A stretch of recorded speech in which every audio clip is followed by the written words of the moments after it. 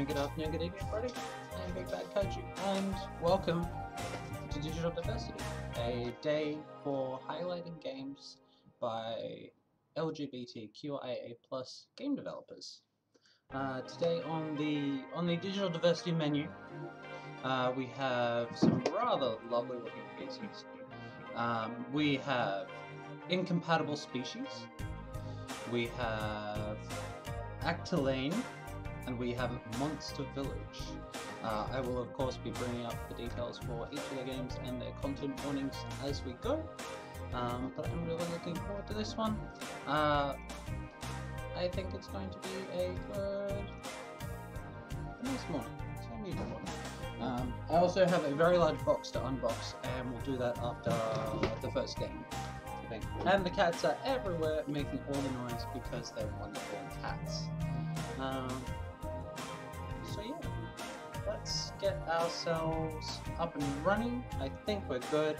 So, the first game on our list today is Incompatible Species by Compito Galaxy. There is the download link right there. That way. Yoink. This game does have mild content warning, and that mild content warning is possible body horror from the monsters, I believe. So it's good to know that that's the one we've got, because content warnings are important. So let's see. We've got ourselves our game. We've got ourselves a nice cup of tea. And we're going to get ourselves rolling. So, game Incompatible Species.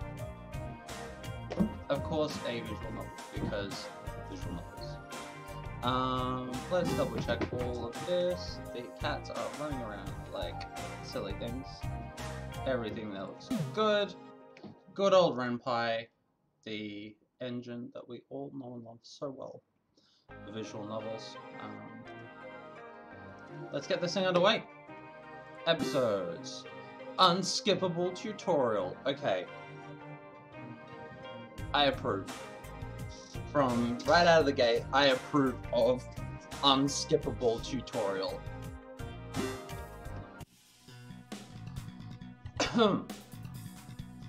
A store bustling with everyday life an hour ago now gives way to an entirely separate routine. A heinous being scours the unlit shelves, prompting the few brave enough to track its kind down into action. It hoards and thrashes among the assorted goods, destroys much merchandise in its reckless escape. Man slides around the corner of its current hunting ground. His lab coat blows out as he skids. His glowing red goggles scan for the hiding spot.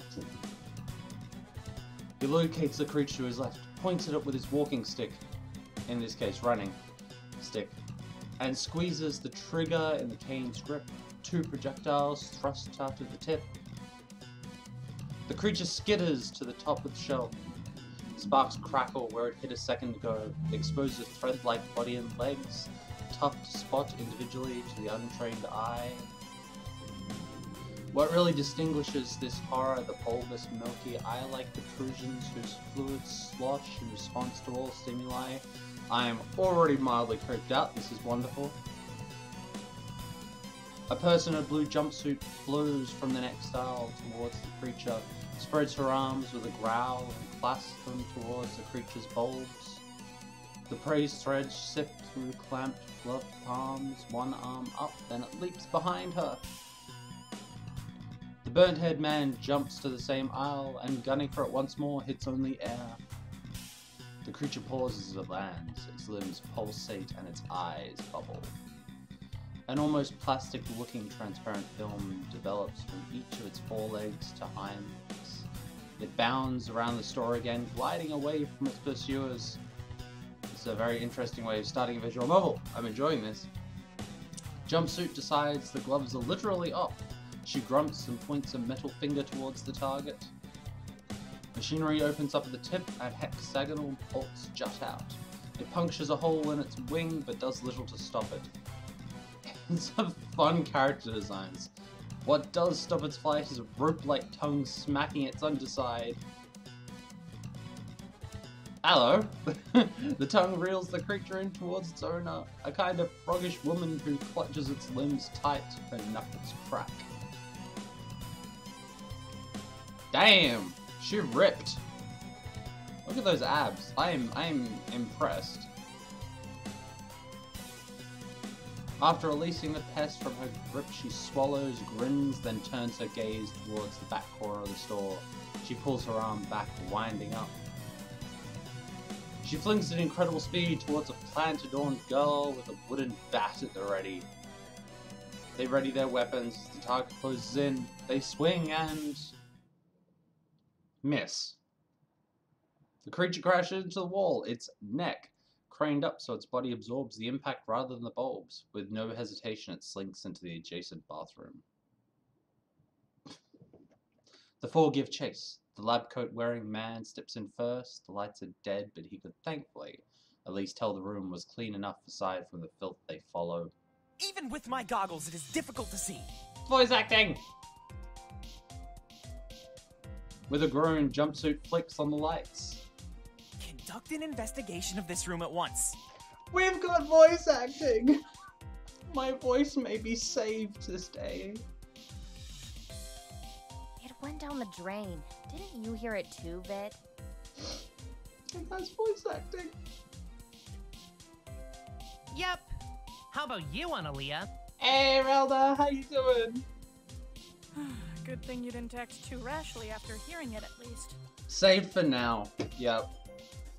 Hey, at least it's not 4 hours straight of yearning. Because that just ripped me. Like, I love that game, but it killed me. How you doing? Is that possibly an Allison in chat as well? Fine-ish? Like, just saying, damn, this character design is gorgeous. Hey, why the question dodge? Oh, got ahead of myself. Yeah, I'm with Vit here. These characters are so gorgeous. You do not It gang does up on be an me at Allison. once. Oh, I am looking forward to your game, Chelsea. Yours is... You like the cutie on the left? I like the stompy one who looks like she could step on me. Now then, leave no tile unturned. This game is Look, adorable It already. got away. Hate that it did, but it'll turn up elsewhere, and you can bet we'll be the first to hear. Anelia. And let it freely do as it wants, surely causing further havoc. Further havoc! You threw the Genophil toward here, as I recall. Though, then it was Vit who failed to strike the finishing blow.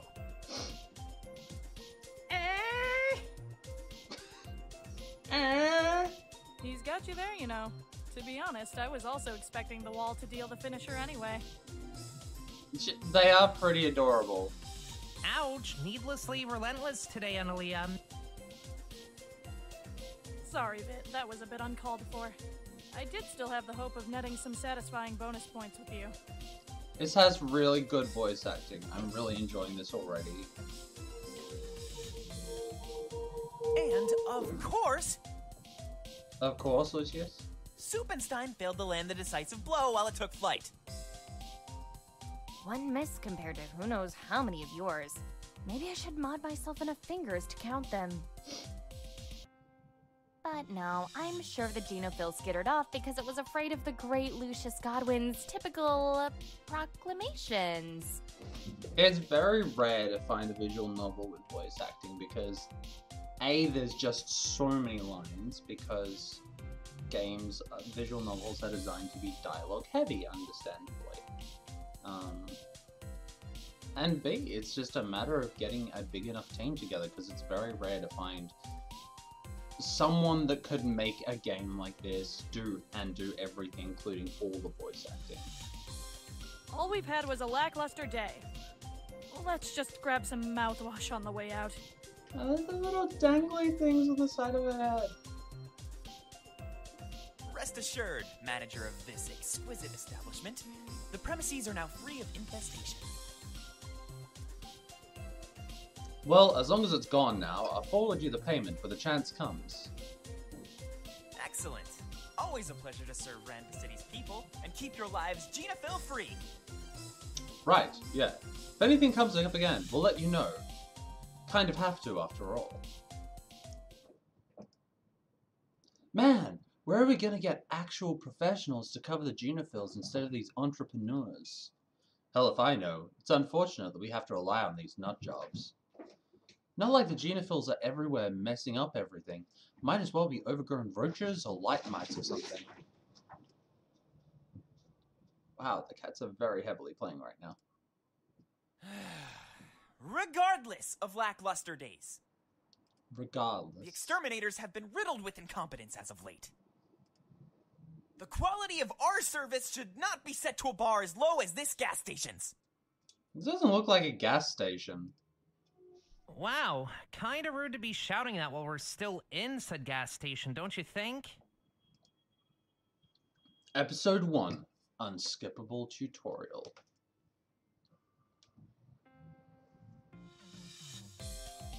Lucius stomps back and forth within his office, not taking his sharp gaze off the others. So, we're here today for what again? Jeez, Chris, weren't you paying attention when Luce called you? I tend to filter out what he says. I just need to upgrade from most to all. Also, I really love these purple and yellow eyes. They're really cute. The eyes on all the characters are really distinctive. Exterminators of Ranva City, I have gathered you all once again for an important meeting. As of today, I am going to retrain all of you from the ground up. I will accept only the most ironed-out Genophil hunters into my organization. Tighten the standards since you joined, huh? If I remember right, that was what he said when we first started. Back then, any comers were okay. Quite the big business we have. We got a character list, so I'd be curious to know a bunch of this stuff.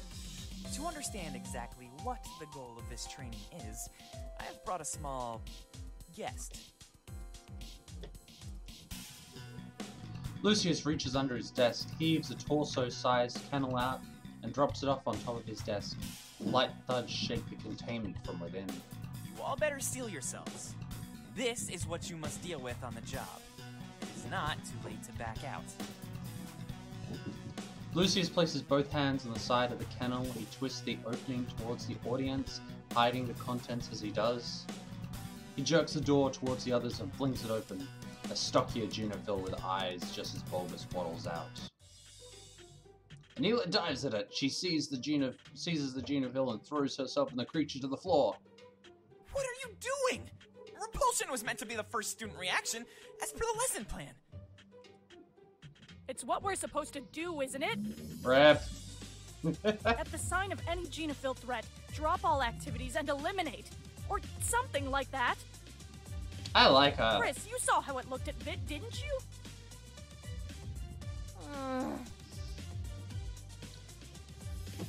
So, the first test has ended in failure, on average. How was that a failure? They did exactly what they should have done. I don't get your expectations. I bet you think the people would make a monument to you right now without question. Hey, welcome. Yeah, I love my Max plushies. Max helps me save the world. Also keeps me safe from the monsters that I can't deal with. By biting them on the head. You're there to sit on top of Godzilla. Welcome, welcome. Thus, the time has come for me to prepare an oral review. Okay, for one, Lucius, you're giving out reviews when a full lesson hasn't even been done. I like Anelia. Second, this is all over stuff we've learned in the past year or so. On the fly, in the field even. In the field. Yes. Well, I love how awkward Lucius is. It's like, I run this highly trained organization. Everyone's just like, eh. We already know what the deal with those SB bulb eye things is. We know to go for those first, and You did not raise your hand! Lucius, just calm down. Seriously, boy. who are you even aiming for with this curriculum? Yes, Vitiel. Don't forget about what the SB bulbs do. They let those nasty genophils scope out the area for bits to copy. Like, say there's a potted plant. If they felt like it, they could Vidal puts their wrist out. It quivers as tiny tree blooms from it. maybe they could. The same tree spouts a few branches of Vitel's motion strain. Or even... Effort at max, tiny berries pop at the branch tips. Not the juiciest of examples, but Anila's tongue nabs the berries. that's the gist of what you've dubbed manifesting. Indeed it is. So, one of them can make trees. One of them has a really long tongue and is super ripped. And one of them shoots metal chunks from their hand. Whereas Lucius just has a cane and shoots things and misses all the time. Congratulations, Vitiel. You have passed the training.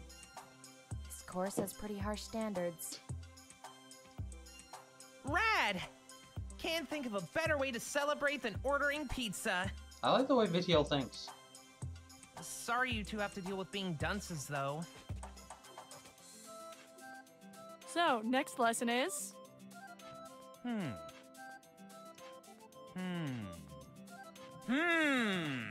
Shut up, Lucius. So you planned most of this around the genophil you brought in. I have to admit, I don't think I've seen such a creative way of getting stuck before. Stuck in the past, Suppenstein. We are going to go over the history of genophils. Unskippable tutorial section, seriously. Expansive subject, that. Literally. Yeah, didn't they just pop up about a year back? Well, there are more specifics to it. Well, at least I don't have to speak out every one of these. You don't know either! Oh! Can I be the substitute teacher for this lesson? I really like the voice acting in this, it's lovely. I am not sure. I do not think you would be thorough about it. Let the genius have at it. You deserve a break. Fine. I will allow my first graduate to have the honor of bringing light to your ignorance. I just want to slap Lucius already. Like, we're about 10 minutes into this, and I already want to say Lucius gets slapped for being a pompous jerk. Nice! That's not just me, right? Vitel brandishes their phone and taps away at its screen. I did not give permission for that, but I suppose a visual aid is a great idea. Vitel points their phone screen towards the wall behind the students, projecting a video. In it is Lucius in a park, chucking grocery bags towards a winged, bulbous-eyed, razor-fanged, fleshy bird beast. If you'd like to. No big spoilers. But always good to have like input and all.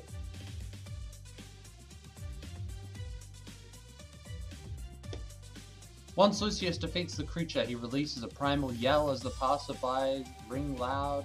The video is titled, "Local Hooligan Challenges Invasive Species." Views are in the millions. Never gets old. Someone had to stand against them. But yes, that was when the genophils began appearing. By the way, Vit, your substitute teacher duties are revoked. Was a good run. Was a good run. Since that time, of course, the exterminators were founded in Yeah, Random City Lucius, by get one wrecked. great Lucius Godwin, with a few other branches sprouting up across the country. Well, Beacon 27, gave you the go-ahead. Anyway, didn't know there were more of us. Guess that's nice to know. Actual learning? Things are looking up for the exterminator educational system. It is good that you are gaining an appreciation for the training, Suppenstein. Suppenstein. Yeah, I guess you can say that. Next up, genophil handling equipment regulations. They exist? OH&S people, occupational health and safety standards. You've got to abide by them, even if you're chasing giant, squishy monsters around the place. Well, they will soon be implemented, and You're still planning them out. now is good as any of a time to learn them. Here I thought it was That just going to be couch looks something really like, help me make comfy. them up as we go. If this is about me, I'm pretty sure I've been doing fine. Even if we screwed up last time. Anelia cracks her knuckles. My use of genophil handling equipment beat all yours. It is not professional. It is not safe. I've done good with it so far.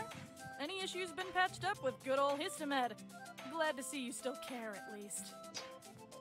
As useful as the restorative powder is, it is a significant waste of material if you use it for every little bump or wound. First, Histomed's not costly. Second, getting me proper equipment would probably be a hefty fine down the road. I am curious to know more. Fine, fine. You Would have you like swayed to me. know more? Supenstein, are you up to par? So, you admit this is more inspection than lesson? Both are intertwined in the end. Guess my gear's been fine lately. Chris bears one metal hand. She straightens her fingers and screwdriver tips of varying form twist out with mechanical whirring. They're pulled back in and replaced with the flames of welding torches, lighting up from her thumb to pinky. Etc. and all that. Any more lessons planned, or can I be productive again? Chris sounds super cool and useful and best engineer ever. Yes, well, 3 rhythmic knocks bounce from the office door. Vittel springs from the couch once again and makes for the office door. It's here! Break time. Pizza! You lucked out. Vit, stop sabotaging the lessons! Fit keeps sabotaging the lessons. But I'm still hungry from before graduation. Heyo, heyo! Sorry for the lateness. Oh, adorable pizza person.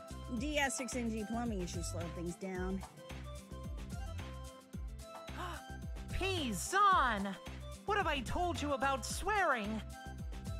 But thanks for still getting this over. Pizan. So, I shouldn't be asking this now, but what's up with your getup anyway? The blue, the leafiness, the, grapes? Making a fashion statement on the job. You do the same thing and all. I love the little hat. I love the little pizza store hat. I get the lady in the back is one of those frog peeps, but you? It's Saliosapien. You're just biased because you came up with that name. Vittel throws a tip and gives goodbye. Pizza Peeps box held by one palm. They slam the thankfully greaseproof box onto Lucius's desk. Steam seeping from the seams. Couple things. First, why would pipe problems stop the pizza from getting here? Vittel opens the box, cheese and chicken pepperoni scented mist swirling out. Second of all, Damn it, don't now I'm hungry answer already. her. Yeah, we've got Vittel who seems non-binary, especially seeing as they are deliberately using they/them pronouns for them. So Pizza-san is non-binary? That's awesome. Seems alright to me.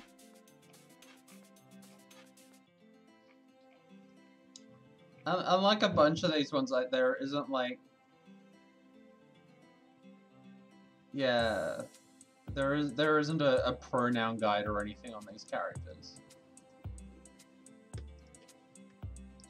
Vit's gender fluid uses he, she, they, which is actually randomized when you let. Really?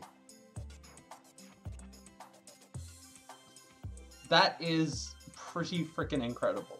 I just gotta say. So, We got Vitel, who is gender fluid. We got Pizan, who is non-binary. I'm enjoying this little group so far. Vit, you don't just grab it while piping hot. But the burning boosts every molecule of flavor. The pain makes the pizza taste better. Just get some plates, okay? Fine. I will let the majority rule for once. I cannot stand this pungent atmosphere. Go away, Lucius.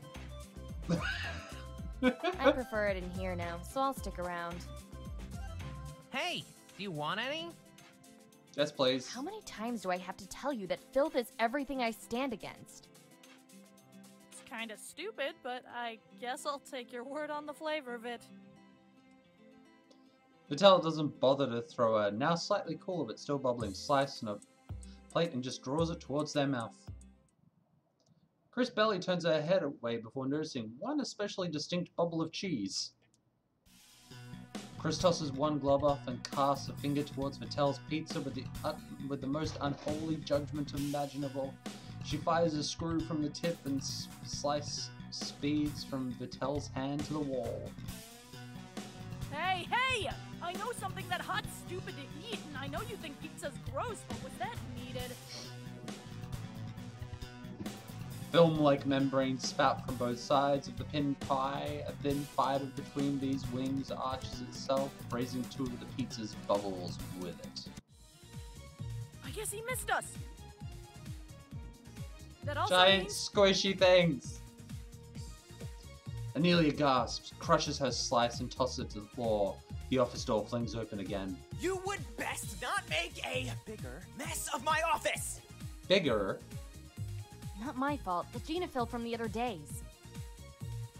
That incompetent delivery person! Did not think the combination of ingredients could get worse. Do not besmirch the name of Pizan. I will slap you myself, Lucius. Yeah, to be fair, it was indistinguishable from other pizzas.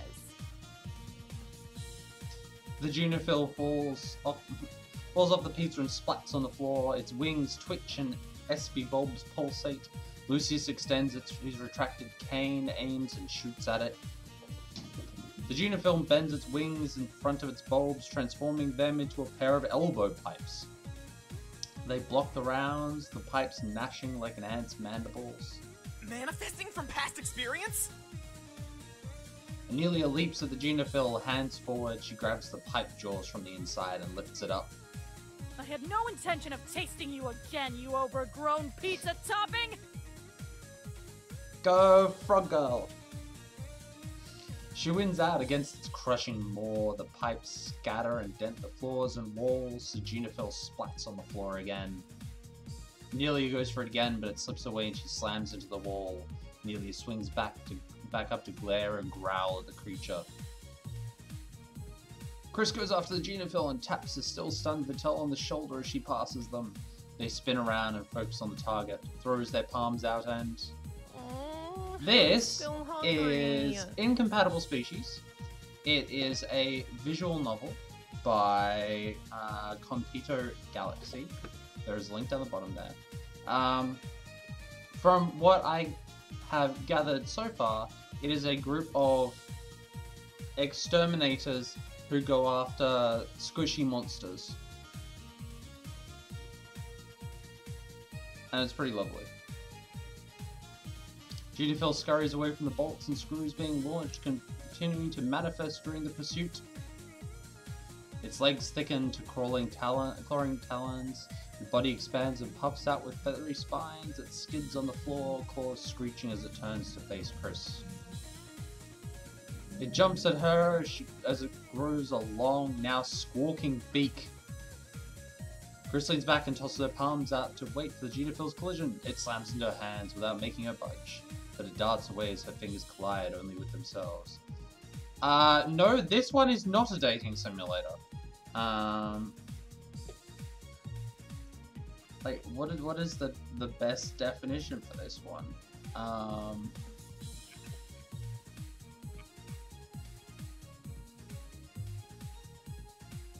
Well, it's definitely not a dating simulator.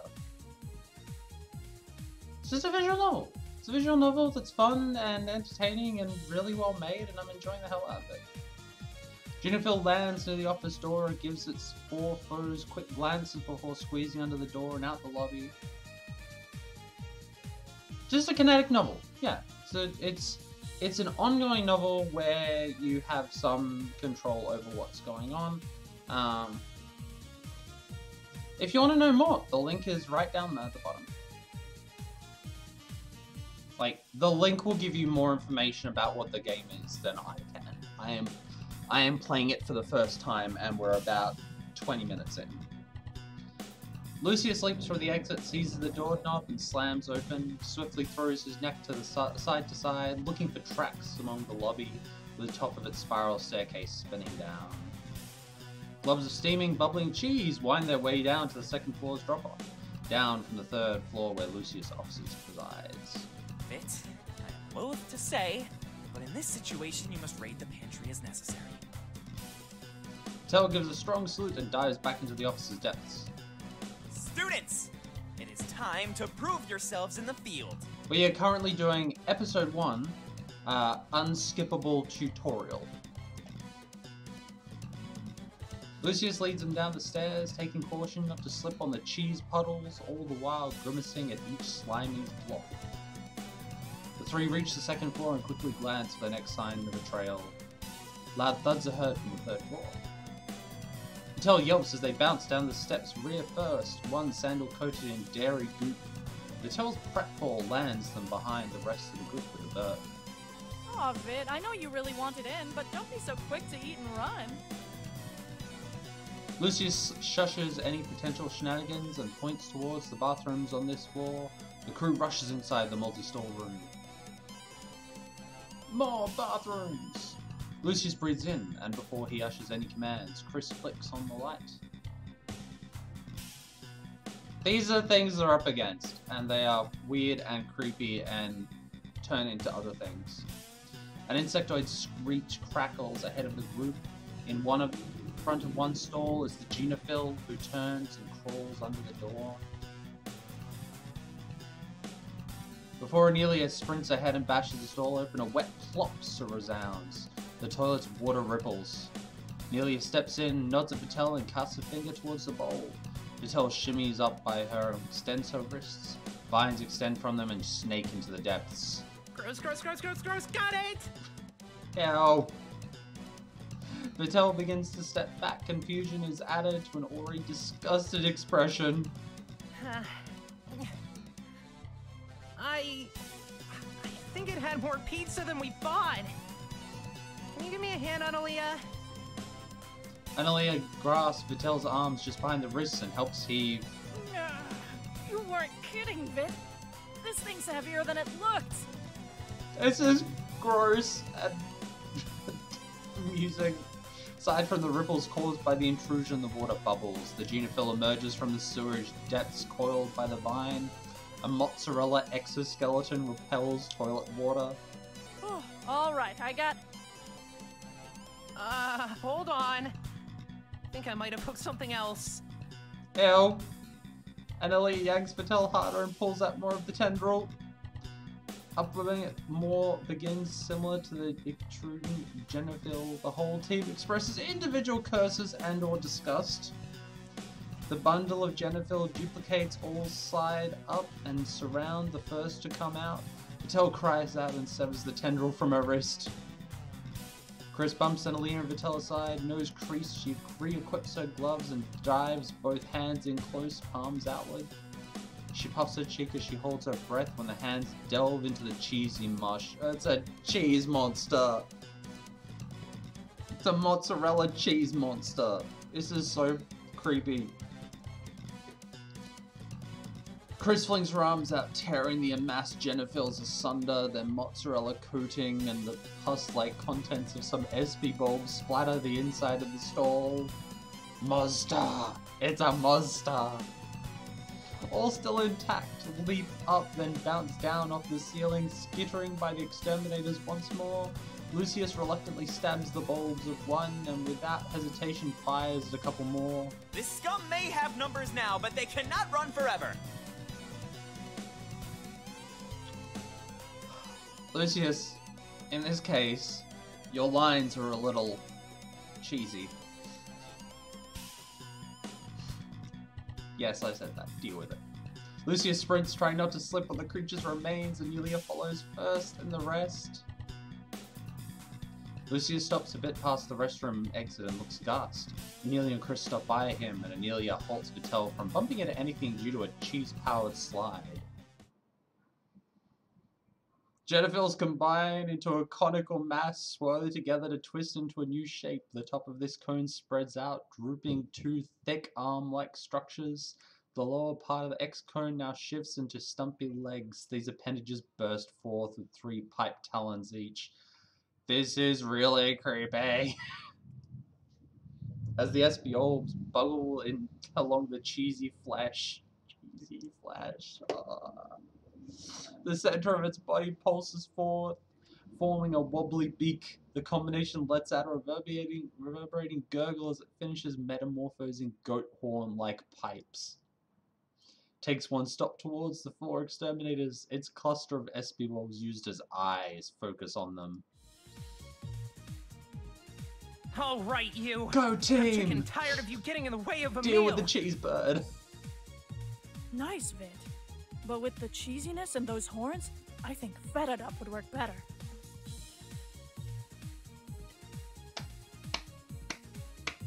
Well done, Anelia. Well done. Cheeseburger! I would like a cheeseburger and fries and a small chocolate shake, please. Shut up. Do not tell Amelia to shut up. She's wonderful. Lucius and Chris take up the rear to shoot the eyes and bobbing bodily bulbs. Anelia, you go punch that abomination as you usually do. Punchy punchy. And get stuck in all that? Last time I checked, it was the pizza that gets eaten, not the other way around. You ordered this. Vit, can't you still eat it or something? Ditto on what Analia said. Plus, you saw where that's been. Yeah, never eat a pizza that's been in the toilet then morphed into a giant bird. Jennifer twists one side and raises one of its arms. Nearly tenses her ankles and pushes Vitel away before she dives at the Godwins.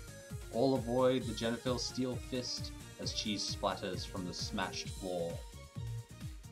Amelia scrambles to her feet, but the Jennifer clamps onto one leg with its goopy maw, then grabs the one of the rail bars. Aww, kitty. What's this? Is it a kitten time? It's a kitten time. Aww, sleepy kitten. And a butt. Hey, butt. Everyone say hey, butt, and hey, Camilla. Hello. What are you doing, Suki baby? Suki baby. She's sleepy. She is sleepy. She is a sleepy kitty. Sudden kitty. Aww. Toe beans. Toe beans. What? What? What? I know where these paws have been, miss. She is good kitty. Why are you beating me with the cat?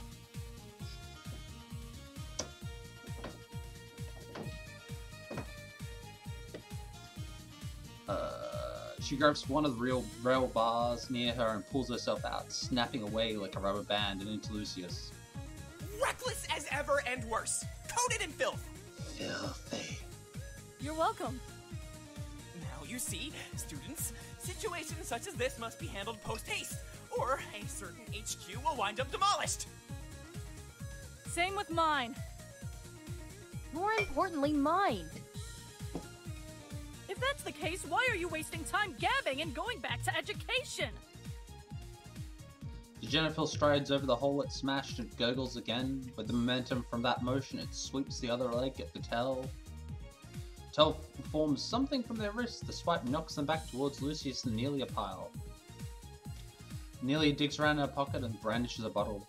She chucks the cap away and sprays powder onto the places Vitel got bumped along the way. Get off first, then apply the histamin. Not like it takes an age to use this stuff, but let's go, go, go! Healing supplies! Anelia casts the bottle aside, its contents shake and rolls away with the two, shaking the dairy bits off as they do. Chris leaps away from the Gineville's thrusting horns and stops the others. The impact of Chris's landing sticks her heavy legs into the floor for a moment. Vitel shakes off and faces the Gineville again. Cast their wrists out at it. Chris waves to them. Hold on, Vic. Does such a thing as a Venus cheese trap exist? What the heck? No, why would... Oh, gotcha. Vitel's hands stiffen with more conviction. Vines fluff around their wrists. The Gineville launches again at Vitel, but Anelia yanks them away just in time. She rounds the corner nearby with the Godwins backing to that corner. Lucius and Chris keep firing at the bulbs. Gineville turns to focus on them, casting one arm back that launches out at Chris as Chris shoves Lucius aside and she rolls past. Before the arm impacts the wall, however, a toothy plant rips through the monster's shoulder, severing one of its limbs. Cheesy bits! Gineville turns towards the aggressor again, punched forward. Enough opportunity for more cheese traps to go snap, snap, snap. His torso collapsed on the ground along with the other three limbs. SP bulbs from the arms and legs draw back to their connection points and boil. Cheese begins to string the beast back together again. Cheese, string, cheese.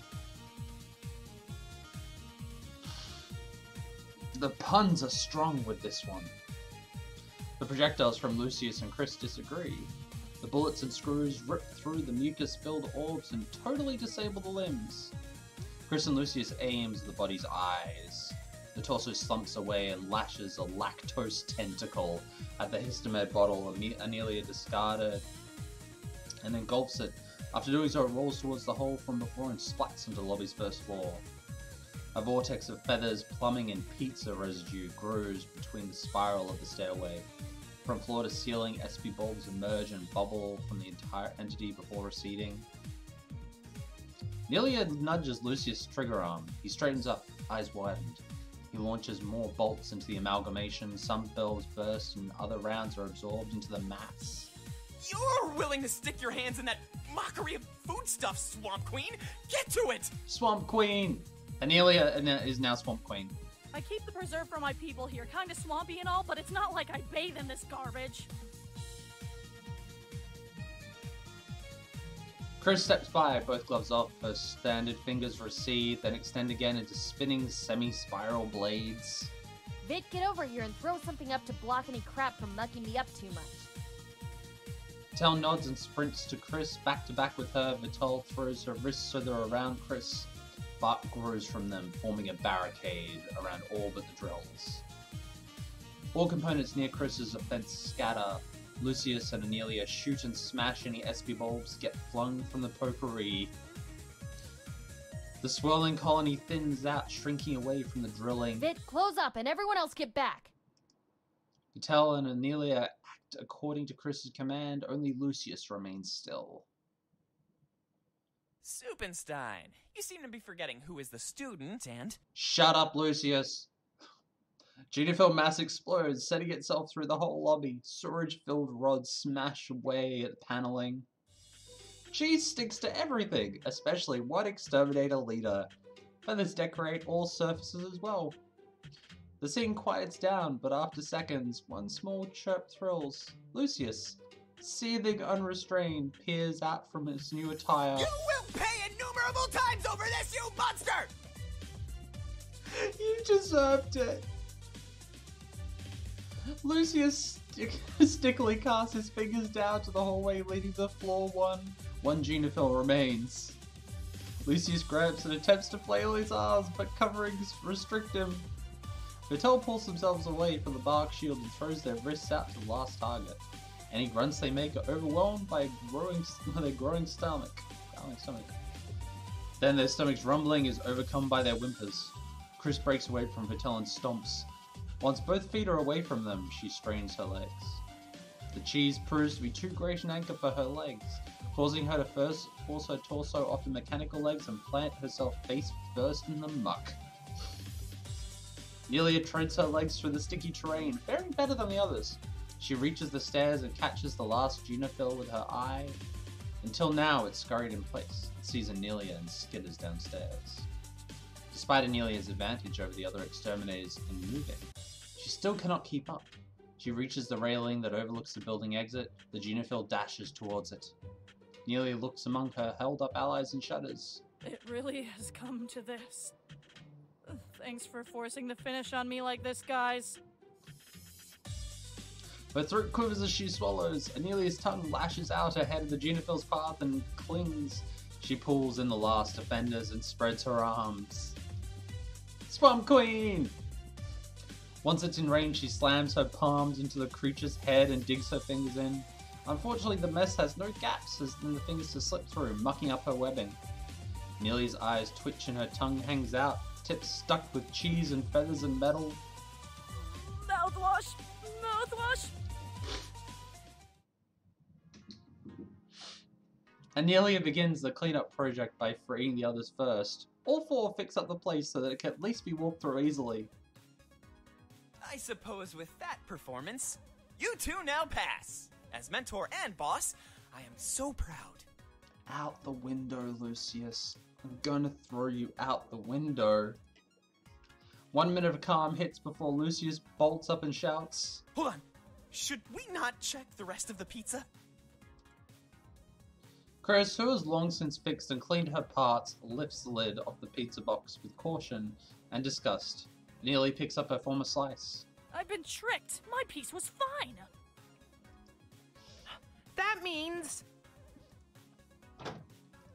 Vittel freezes up for a moment before zooming towards the box and ripping out another slice. Chris shoots it away, and the crumpled remains of Anelia's. Vittel tears bubble up once again. You'd still eat literal sewage after all that? Such incompetence. You two aren't fun. Episode 1 end. God. Alright, so that's episode 1. I think we've got time for another episode. We definitely have time for another episode. So, before we get onto that, I did want to point out that Incompatible Species is currently in Kickstarter. And if you want to help support this great game, you can. There is a link there. I will also put it in chat. Boop. I'm sure you can just look up Incompatible Species in Kickstarter if you don't want to get the entire link. These Kickstarter links tend to get pretty long. But yeah, there are still 18 days left on the Kickstarter. If you wanted to get in, there are some really lovely support options and everything there. But yeah, if you wanted to help this lovely company, this lovely little studio, make the rest of their game, that would be amazing. And it's really nice to see these games being developed, it really is. So, I highly support. So, next episode. 3, 2, 1. Sour grapes. We'll do one more episode.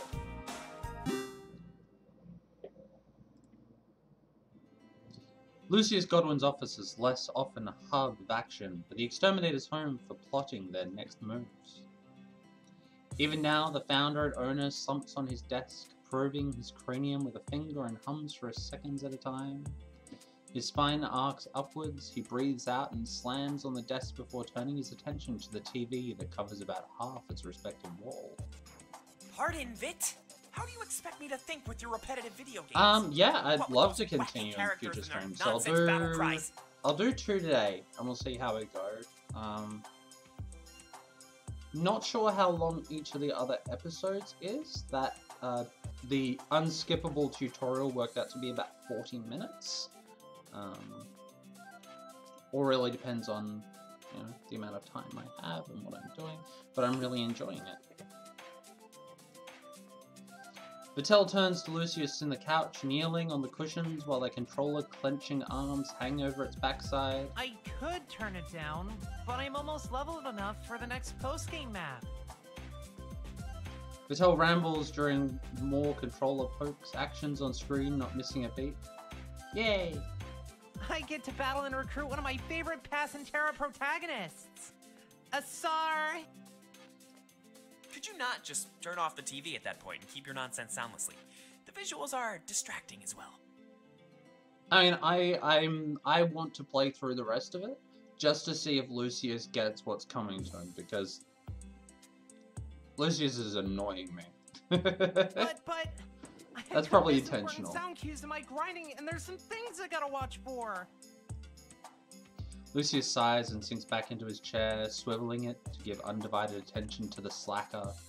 Honestly, Vit, for all the effort you put into goofing off, we might have eliminated genophils from this city hundredfold. I'll take that as a subtle hint. Vitel's cheeks puff out with a scowl, arms raising from the elbow down. Talking about them again already? Once the whining ends, Vitel looses tensions, tilts their head and raises a brow. Also, as far as we know, it's not like they can come from anywhere. They just sort of pop up, like those SB bolts of theirs. Yeah, I'm really loving it. I love the art design, I'm really loving the characters. Like, even though I do want to see Lucius slapped, I am really enjoying the characters. Lucius bolts up, pushing his seat to the rear wall. Them appearing out of nowhere does not make sense. That is rather astute for you. Oh, thanks, I guess. Wait, you kind of missed the point. Like, it's great that we're gonna wipe them all out, but are you sure you're not thinking about other things too? There's not enough time to think about the small things. Wait until I make a name for the exterminators. The Exterminators. I mean, that's a name. Lucius glances at Vitel, frowns and turns away. But, you know, you kinda appeared out of nowhere yourself, did you not? Come on, Luce, that's not very nice to insinuate. I've been around since before they You started implying popping that up. our lovely friend here is like a genophil? I have also been wondering how you use your ability. I understand how they work with your epidermal meristematic tissues, but how do you activate them? How do you say epidermal meristematic tissues with a straight face, Lucius? Seriously. Please stop using so many big words at once. Also, come on, you can call it a power. I will not refer to it as something so cheesy and embarrassing! Mmm, cheesy. Like that pizza. Aw, fine. Anyway, it's not so much a concentration thing as a feeling thing, you know? Vitel sprouts a banana from their hand. They remove the fruit, unpeel it, and scarf it down. Unpeel it? Why do you say unpeel a banana? Like, in Australia we say peel a banana. Like, I can understand where you get unpeel from because you are removing the peel. But here we'd say peeling a banana. Not getting into linguistics, yeah. Like, if we'd say peeling a banana is to remove the skin, unpeeling a banana would be to put the skin back on. It's like, this banana is too naked, I'm putting the skin back on. Damned if it doesn't make me hungry, though. Lucius points as the peel as Vitel discards it. If you can eat what you make, why include the wasteful parts Unpeelable like that? bananas. It just burns excess. I don't see the appeal.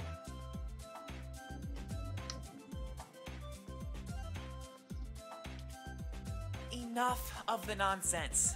I'm going to hold a meeting. Lucius pounces, produces his phone and strikes its screen. Vitel does the same with their own. Are you ordering another pizza after last time? Pizza! They are lucky we didn't call them out for the unexpected contents. Vitiel's held tilts back over the couch. Instinctive buttons presses finishing the order. Izan looked into it, and it was just that one. No other sewage has been getting on their pizza lately. Maybe that explains why I had food poisoning and when I ordered that other pizza. Considering it is pizza, that does not make much of a difference. Also, who even christens themselves that? Who says they were christened that? Pizan is Pizan. That any better than you naming me Vitiel? I love you, Vitiel. I really do. You're wonderful. I still think it's a sweet name. But as for that foul, I suppose I will bear it for yet another day. Lucius takes the earphone clip off the corner of his phone and wedges it into the appropriate spot. He taps the desk with his fingers in a wave-like motion, tempo increasing with every couple rounds. Vitiel turns the TV's volume down and continues. The other end of the line answers 10 seconds after that. Hello, head of OSP, Anelia speaking. The formalities are not necessary, Swamp Queen. Swamp I Queen! am calling a meeting right this second. What's the deal this time? Just get in here. It will all come to light once we all convene. Convene. So it's improvised. Just give me a few to get my bearings and I'll be in there. Amelia See you was soon. sleepy. To be fair, she does catch on pretty well. Even after cutting the volume, you still find ways to make unnecessary noise. You know, Lucius, you could always go into another room. Just saying. Lucius groans as he makes a few taps on the next contact. Assignment? Meeting? Meeting. One about our direction in the grand scheme of things. Sure thing. Chris hangs up, Vitiel turns around and hangs over the back of her couch as before. She sure tries her best not to take after you. I cannot understand why. I would believe most people out there would be envious of myself. I don't know either. Not many people want to do what we're doing, let alone get the whole thing started. I don't get it, honestly. It's kind of a fun job, and we could use another hand or two. The design for Lucius and everything makes me think of what would happen if you got Sonic and Sonic decided that their entire life purpose was not to go fast, but to prove that they were smarter than everybody else. So we have academic Sonic here. Fun? This is serious business.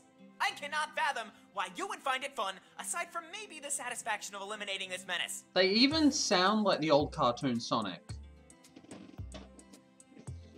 Like, Sonic who has given up chili dogs and running to go into a life of academia and tofu. That might be part of it, but I can't quite put my finger on any other reason. Swamp Queen! Yes, I want Anelia to step on me, okay? Swamp Queen is my queen.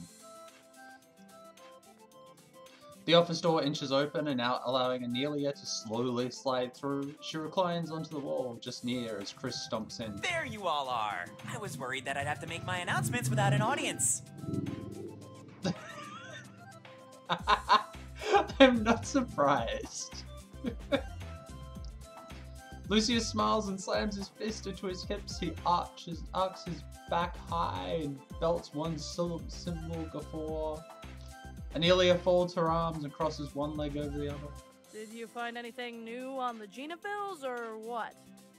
No, I'm pretty sure the main event is stand-up. Enough with the delays. Inspiration has struck me, knocking myself as well as the direction of the exterminators towards a new path. Shut up, Sonic. That's their name now. Deal with it. Anelia nods, trying as hard as possible to keep their eyes open. Chris scratches the back of their head. Vitiel leans over the couch, centimetering closer to the leader as seconds pass.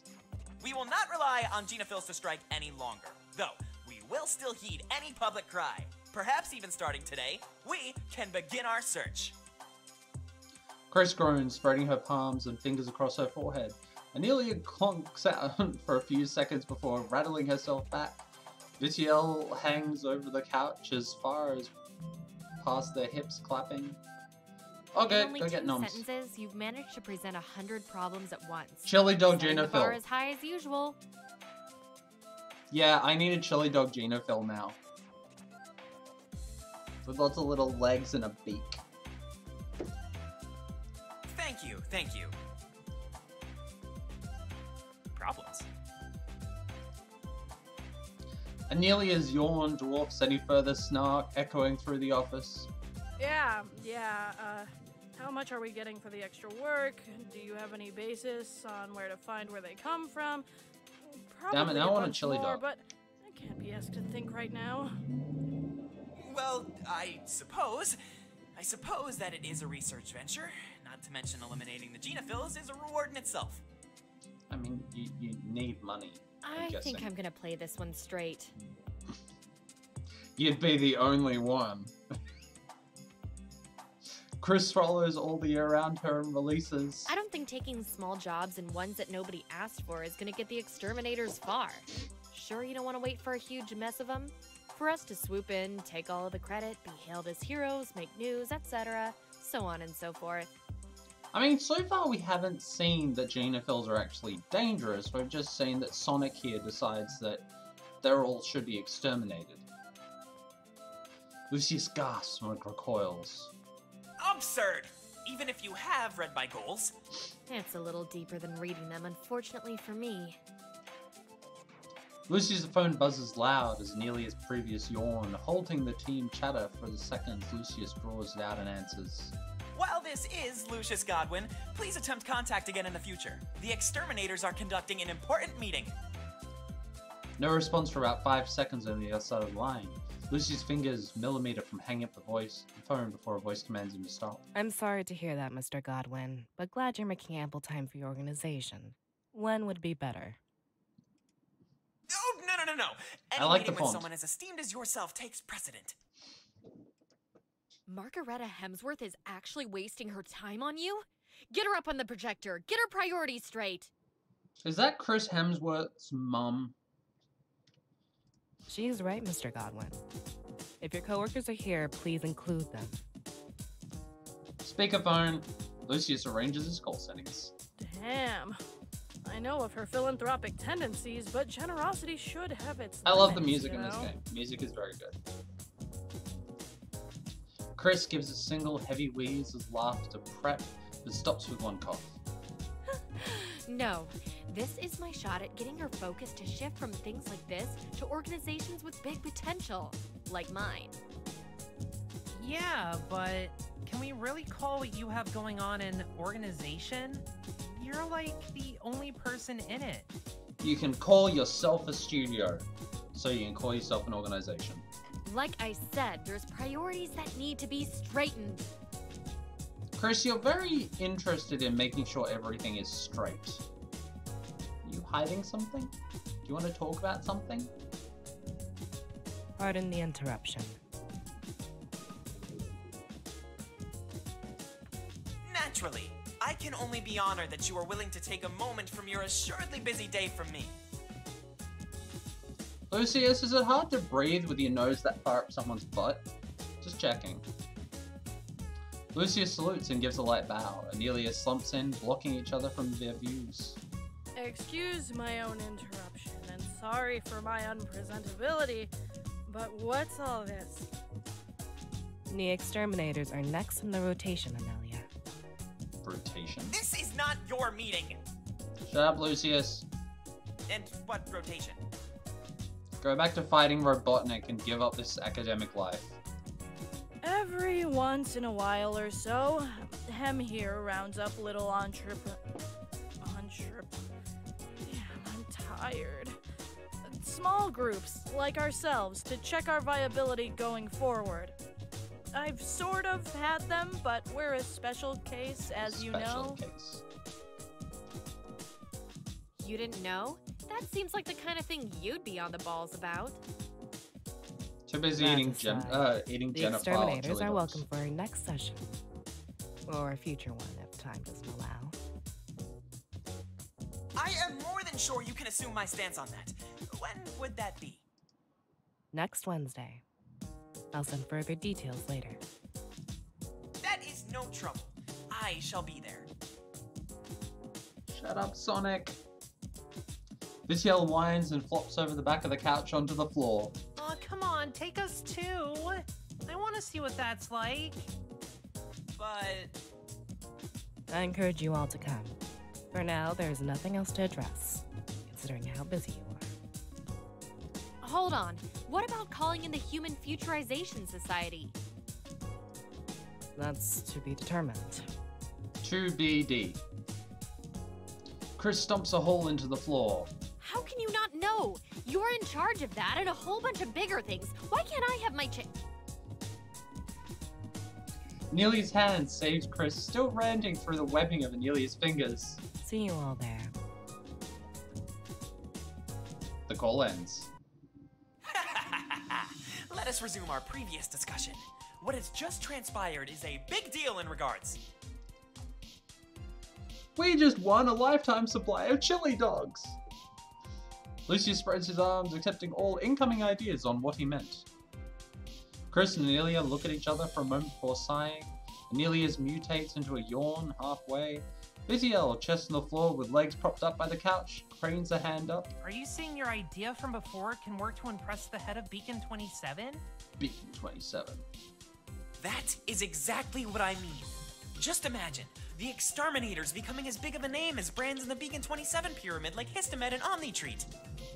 Omnitreat. What do you suppose Sounds we tasty. do with the name after your job's fully done then? The most optimistic way you could take this is the Exterminators becoming only legacy after a while, instead of making lasting impacts. If all the genophils were gone, people years from now wouldn't know what they missed and its value, if any. Getting into some story. Hollywood recounting us with hyperbole ad nauseum? Think that you were complaining about my vocabulary minutes ago. Oh, gotta hurt, Lucius. However, now that you mention that, there may need to be more planning after all. As another, however, following what I have said already, perhaps starting with the whole of our Ranva City, we can tower off our reputation further. If there was such a tower, it'd be wobbly at best. The office door whines as it opens, jabbing Lucius in the back. His loss of balance causes him to paddle his legs across the floor, eventually stumbling over the hole Chris made. Lucius' head falls towards the edge of the desk, but a slap from Anelia intervenes. Her palm keeps him halted as she readjusts him with a hand. Anelia looks in the general direction of the door. Vit, don't you think it's a bit early for this? Pizan!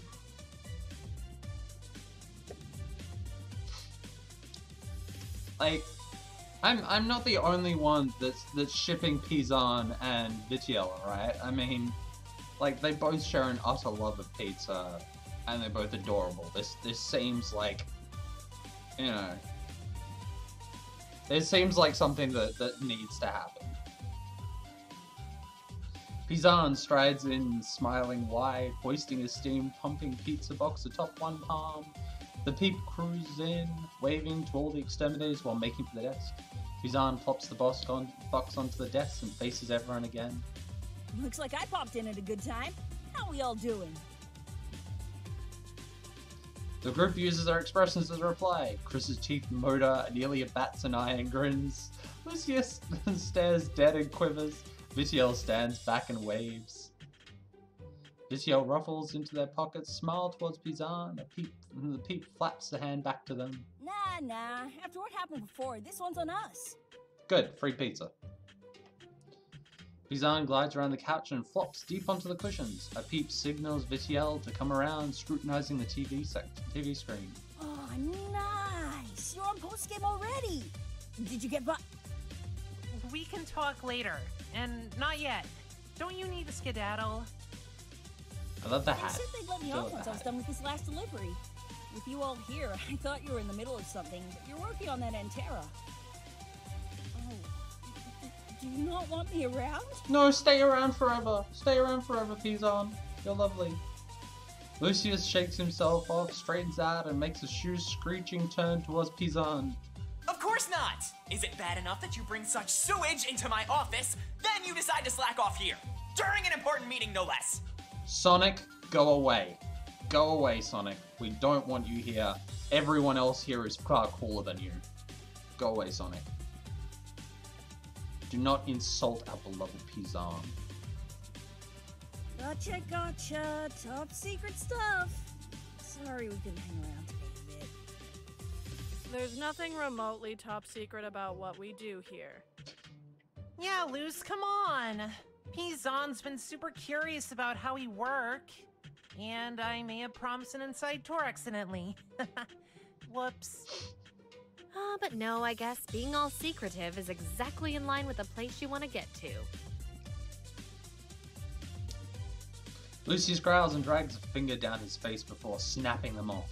Why must everyone irrelevantizing my commands be such a recurring event? Irrelevantizing? Is that actually a word? It's only fitting.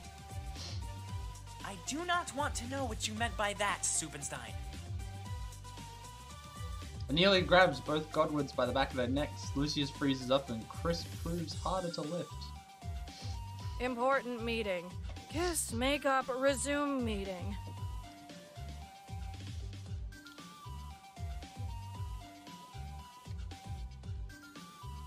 She shoves them together, nearly face to face. Lucius, still frozen, thaws out enough to turn away. Chris almost returns to her usual stoicism, were it not for a slight scowl.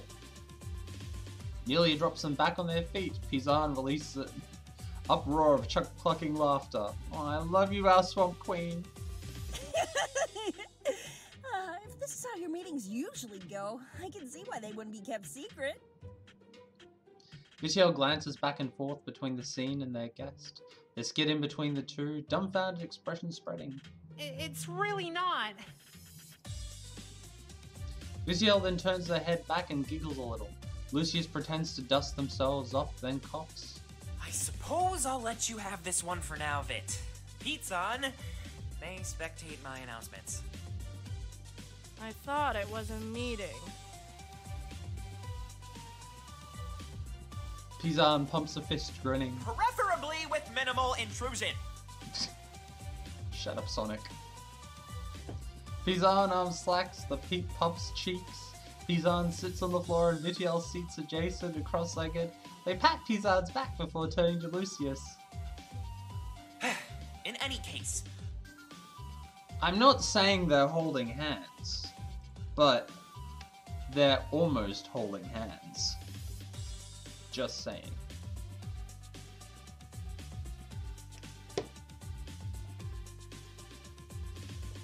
Lucius breathes in deep and releases, Spittle thankfully missing everyone. Hey Jason, how you doing? Exterminators in the long term is of concern. There is simply not enough we know. I feel that, considering the position I am in, eking out a higher position first will make things easier to determine. Yeah, it's a very, very borderline not holding hands. I mean, we have got our, so Pizarn on the right is non-binary, Vitiel on the left is gender fluid. They're both very into video games, pizza, and almost holding hands. Like, this sounds like a relationship to me. This sounds like the basis of pretty much every relationship I've ever had. Like, Vitiel games.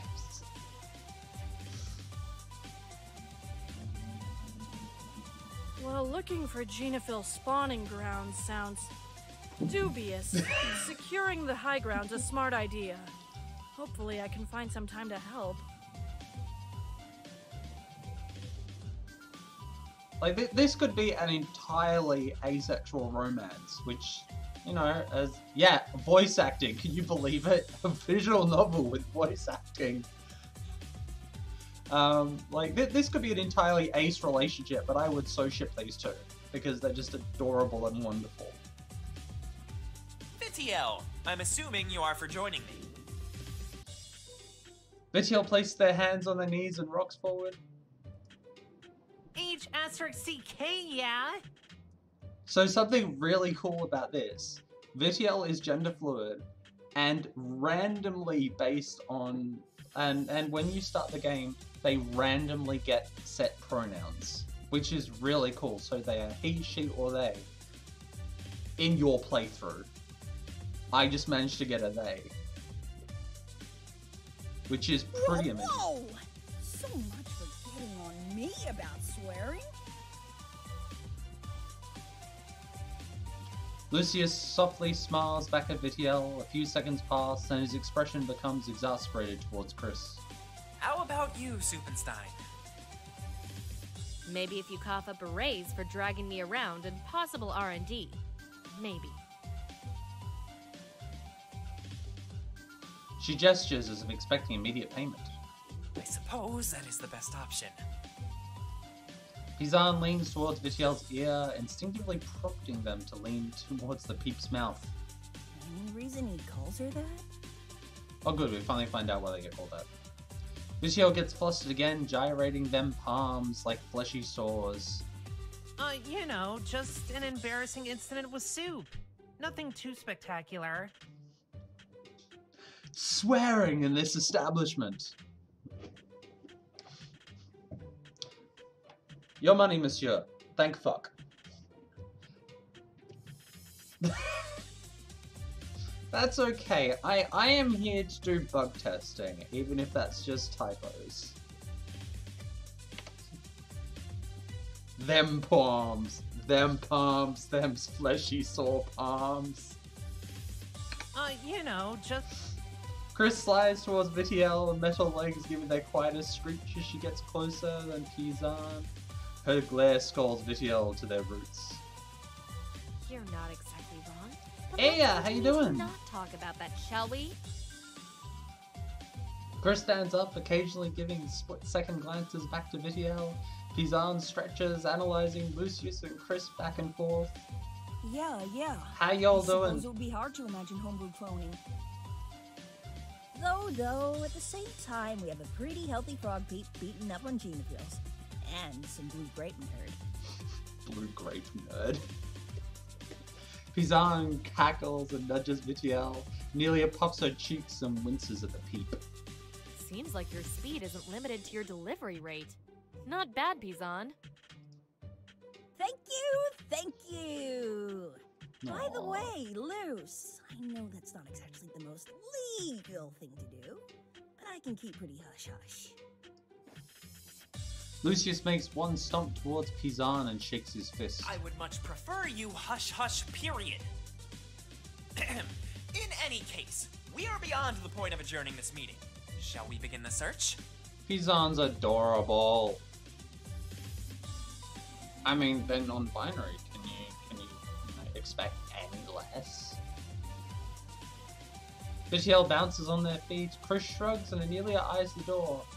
I guess I can if I check up on everyone in OSP and get a shot of Cap. It's now the best time. You are not exactly in top form. What? Amelia is in perfect form, thank you very much. She is our swamp queen, and you will not besmirch her. Aw, don't worry though. Doesn't take much for me to get moving again. No guests! Maybe another time. The garage next to the office complex the exterminators haul up inside houses their mobile base, the aptly yet cornily named Recreational Vehicle. Much of its research equipment has fallen into disuse in favor of strictly eliminating the genophils.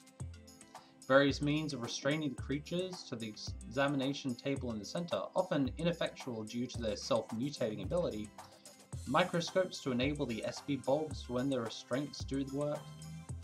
I love the spiky little wheel rims.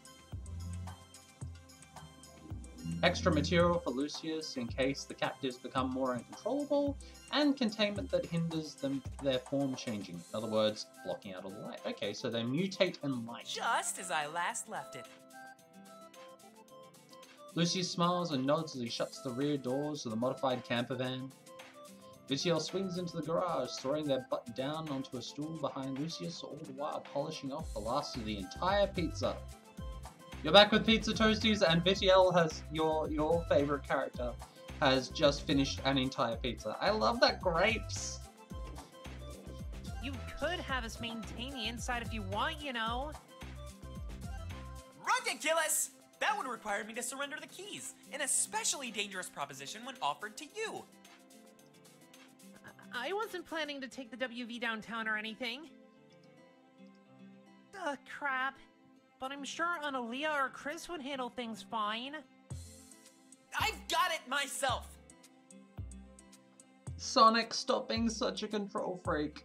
Gods. Lucius fastens in clothes and turns to head for the driver's seat. Vitiel releases the energy from landing on the stool and bounces off. Oh, you gotta let them in more. It's not like you dislike them, right? Lucius stops to turn his head back to Vitiel, frowning a bit. He re-steels his face before turning away. Well, but... Vitiel strides over to Lucius and grabs his arms before he can continue. It's not like you gave Analia's or Chris's own groups the kickstart to make me happy, right? Kickstarter. I get it. The Kickstarter link for this game. Kickstart. Got it? Lucius faces Vitiel again, slower than before. He frowns and tilts his head. I recall saying I do not owe you for when we met. This has nothing to do with that. Just trust me more. If you can't trust them, trust me on trusting them. That's very trusting. Lucius turns his body all the way back and grabs his hips. He arches his back up, smiles, and puffs out his nose. It is amazing how you manage to be so complex yet so simple at the same time. Not that you're one to talk or anything. Hi, Chris. Chris steps in through the door beside them. Lucius gives a single chuckling humph as he turns to her. I have been wondering for a moment. It is unlike you to make an offer on research and development. Despite our mutual resentment, I do not understand your interest in sticking around. Surely you have an intriguing motive, Suppenstein. I'll just put it like this. Getting rid of them isn't my key to success. They're just in my way. Do not stand in Chris's way. She will fuck you up. She nods, stopping for a moment before she grins towards the floor. Plus, it's a chance for paid time away from you. Lucius scoffs. He stops a moment, sniffing the air and leaning his eyes past Chris. Your smell aside, Suppenstein, something reeks of roadkill disposed of into a bog.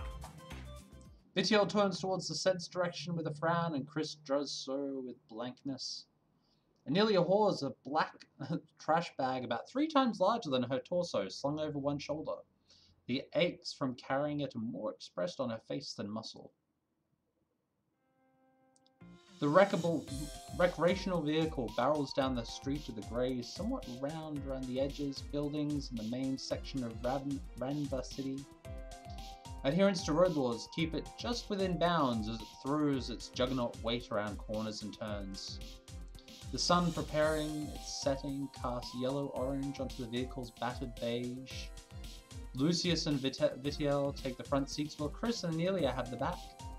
So far, the group had run across and taken care of a couple of stray genophils, who lead them to a now demolished spawning ground. Man, that genophil hike we wiped out in some random alley was something. Hope we can find more. I'm not sure we need a break at the park when most of our drive has been empty, that bunch aside. Such a big, blocky van. Anelia snores, cheek against the window, with tongue hanging out. Fool! Fool! You did not put enough onions on my chili dog! Lucius shouts, bracing as he makes a tight turn. The park is merely my next site for sweeping for hives. Thick van. 100% factual data on how the genophils spawn now. Why stop for a rest when we have reached the breaking point? Yeah, that is one thick van. Luce, we're well researched on genophils. Heck, the best. But are you sure it's gonna be that simple? Vitiel sways their legs while using their phone for remote play grinding. Capitalize on every advantage we find. That is how we keep them from expanding their numbers and size. No opportunity wasted. No profit gained, Sonic. Lucius makes another hard turn and bumps Anelia awake. The driving's bad enough, but you're probably gonna scare them away with the yelling too. With how these guys work, This is a wouldn't very be good rap, I surprising love if any it. hives we found grew legs and hopped off. I love Anelia's clothing. The torn shoulder top with the bow on it. The short shorts with the top button undone. A sure sign they know their time in our fair city is nigh. I've been kind of thinking about it. I don't know if these things can even do any knowing. If they could, what were you gonna do? Tell them to sod off? Challenge them to a eating contest? I know what I would do. Would you eat a chili dog? Yes, I'm not gonna drop it. I have seen it now. I cannot see Lucius as anything other than an even more pompous Sonic the Hedgehog.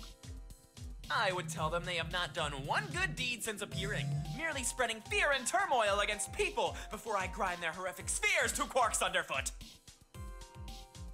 Grinding something to a quark would be incredibly difficult. Wait. Isn't a quark a period of time?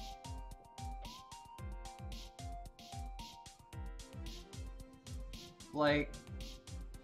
No, wait. A quark is a type of fresh dairy product made by warming soured milk into the desired amount of curdling is met. Apparently, I didn't know this, that a quark is actually just mushy milk.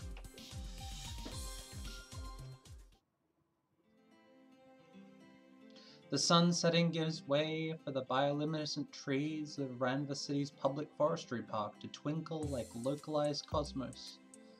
The booming kind of spot for partners of all sorts, along with perfectly handcrafted trickling creeks and rivers. Such a peaceful... You, sir!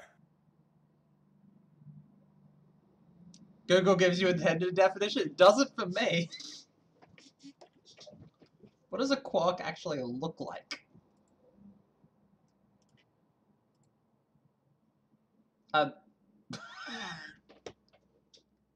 It just looks like cottage cheese. It's just cottage cheese. Any number of subatomic particles carrying a fractional equivalent charge pulsated by as building blocks for hadrons. Quarks have not been directly observed, but theoretical. Yeah. I stand by my original statement that grinding something to a quark would be incredibly difficult unless it's the milk-based quark, in which case you just need to mush it up and then wait for it to ferment. Lucius jabs a finger towards a grey brush-faced handyman, previously minding his business trimming at some purple glowing bushes. Do an image search on Quarkle version. Yeah, I actually think the dairy product version is more believable. Oh dear god, those look amazing. Quark donut balls. They're cottage cheese donut balls, essentially. German donut holes. Yeah, that sounds about right. Now I'm hungry.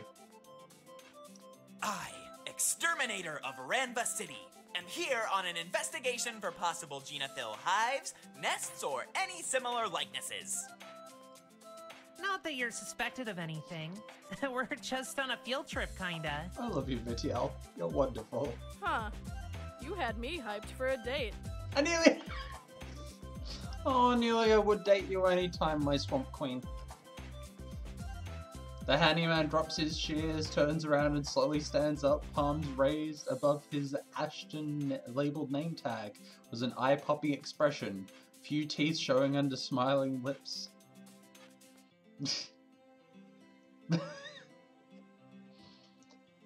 There's so many of these games made by the queer community that I end up calling someone queen, like, because that's their title in the game. So you've got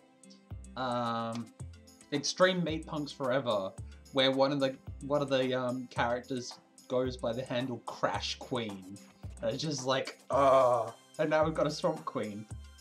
But not in that horrible fucking version that so much of the internet does, that queen thing. It's there. It's on the agenda somewhere, yeah. It says people aren't allowed to use it at people. Unless that's their title, then it's totally acceptable. Gathering of the Queens. Ooh, Crash Queen and Swamp Queen going out on a date. That would be very interesting. Okay. Well, that was an unexpected yet pleasant surprise. I'd say you guys are free to check around as long as you don't bust up too much of the place. Would hate to have those horrors, let alone anyone meddle with my works. I'm gonna slap you just because you said you guys. Yeah. Regicide is also acceptable. Ashton gestures wide-armed and twists at the hips, gazing at the numerous patterns of light and cellulose. Look at this beautiful backdrop. This game is so beautifully designed. I love it to pieces. You don't seem like you're in a high enough position to allow that. I've dedicated myself long enough to the park that anyone would take my word for the big things. Absolutely! Sheer devotion earns you your place. Vitiel brings Lucius's arm back down and pouts. You wouldn't be going to too far a place, would you? I must, Vit. That is how Lucius Godwin will forever torch his name into the earth. With fire? Are you gonna burn the park down, Lucius? Do we have to call the cops on you? I mean, I normally wouldn't. We'll start with the fire department just to be on the safe side. Just wish you'd stop a second, look around sometimes. Ashton gags. The exterminator's checking in to see him resuming his business. Don't fret. Just nicked myself. Yeah. Well, Lucius, aka Sonic, and Chris, our lovely mechanic-suited R&D specialist, are the Godwins. So I'm assuming they're brother and sister. Does it say in the... Does it say on the website?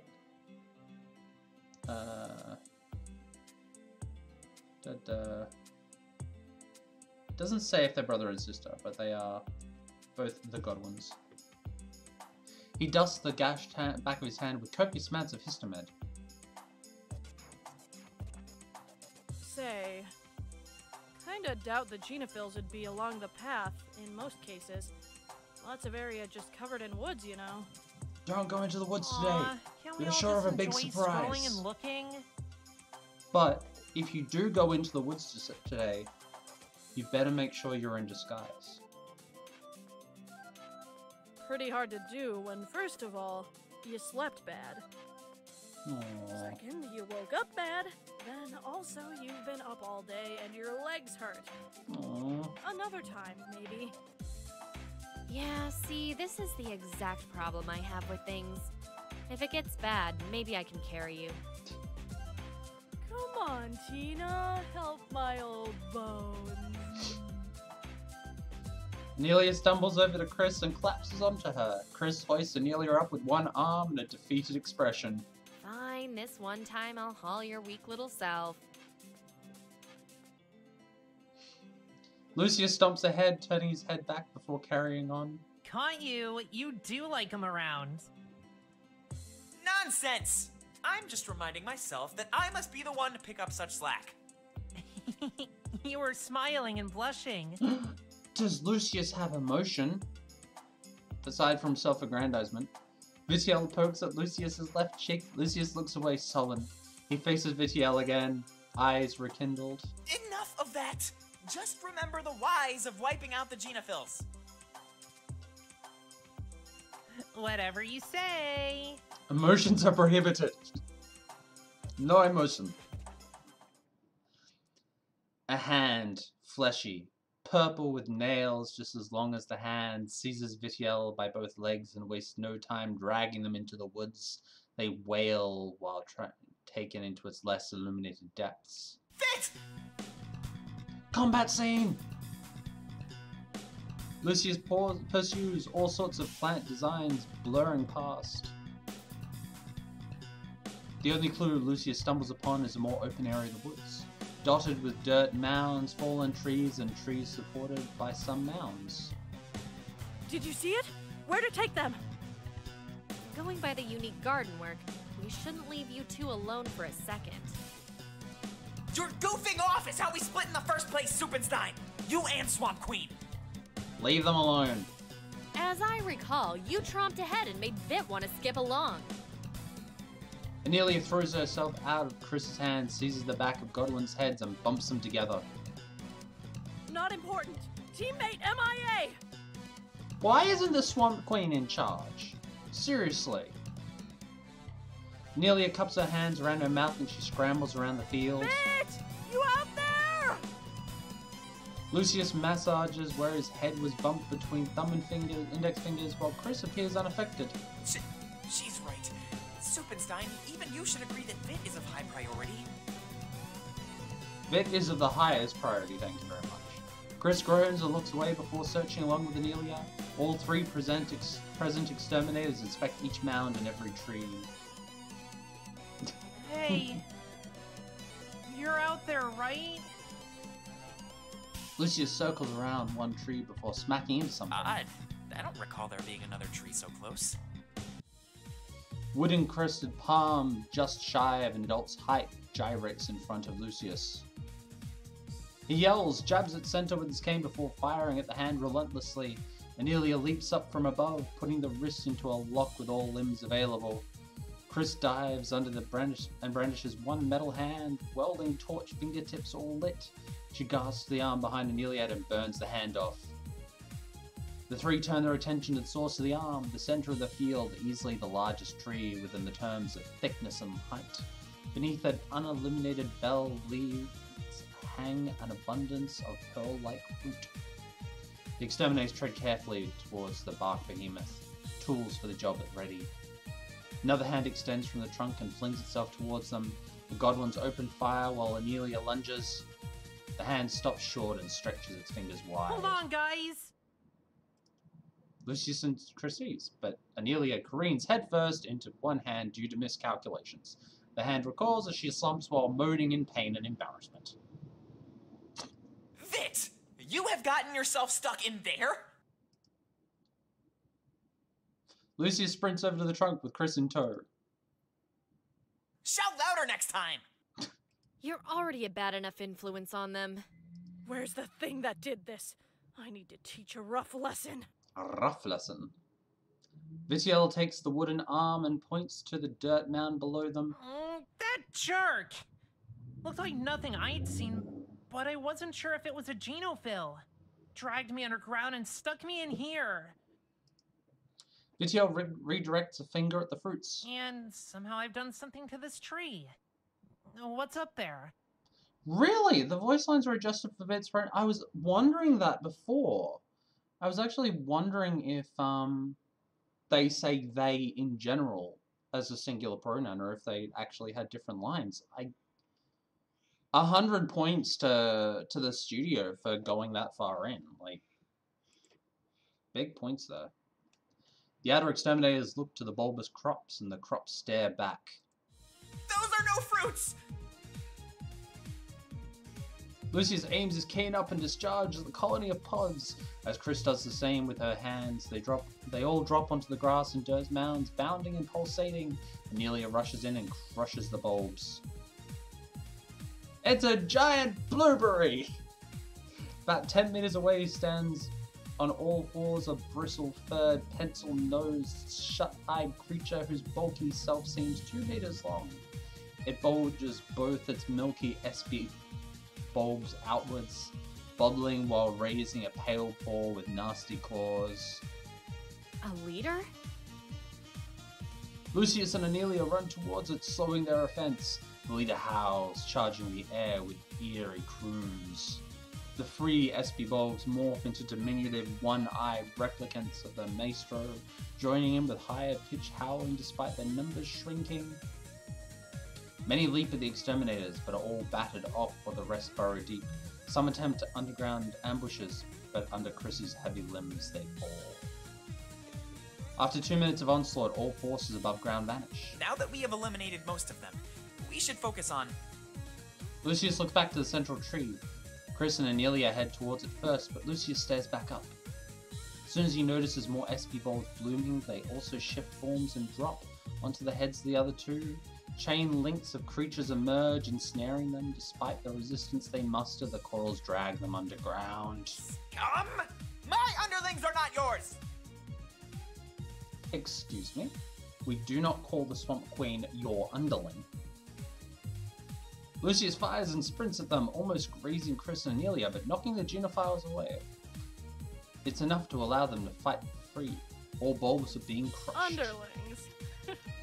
Okay. Think it'd be an Amelia to respond to that one.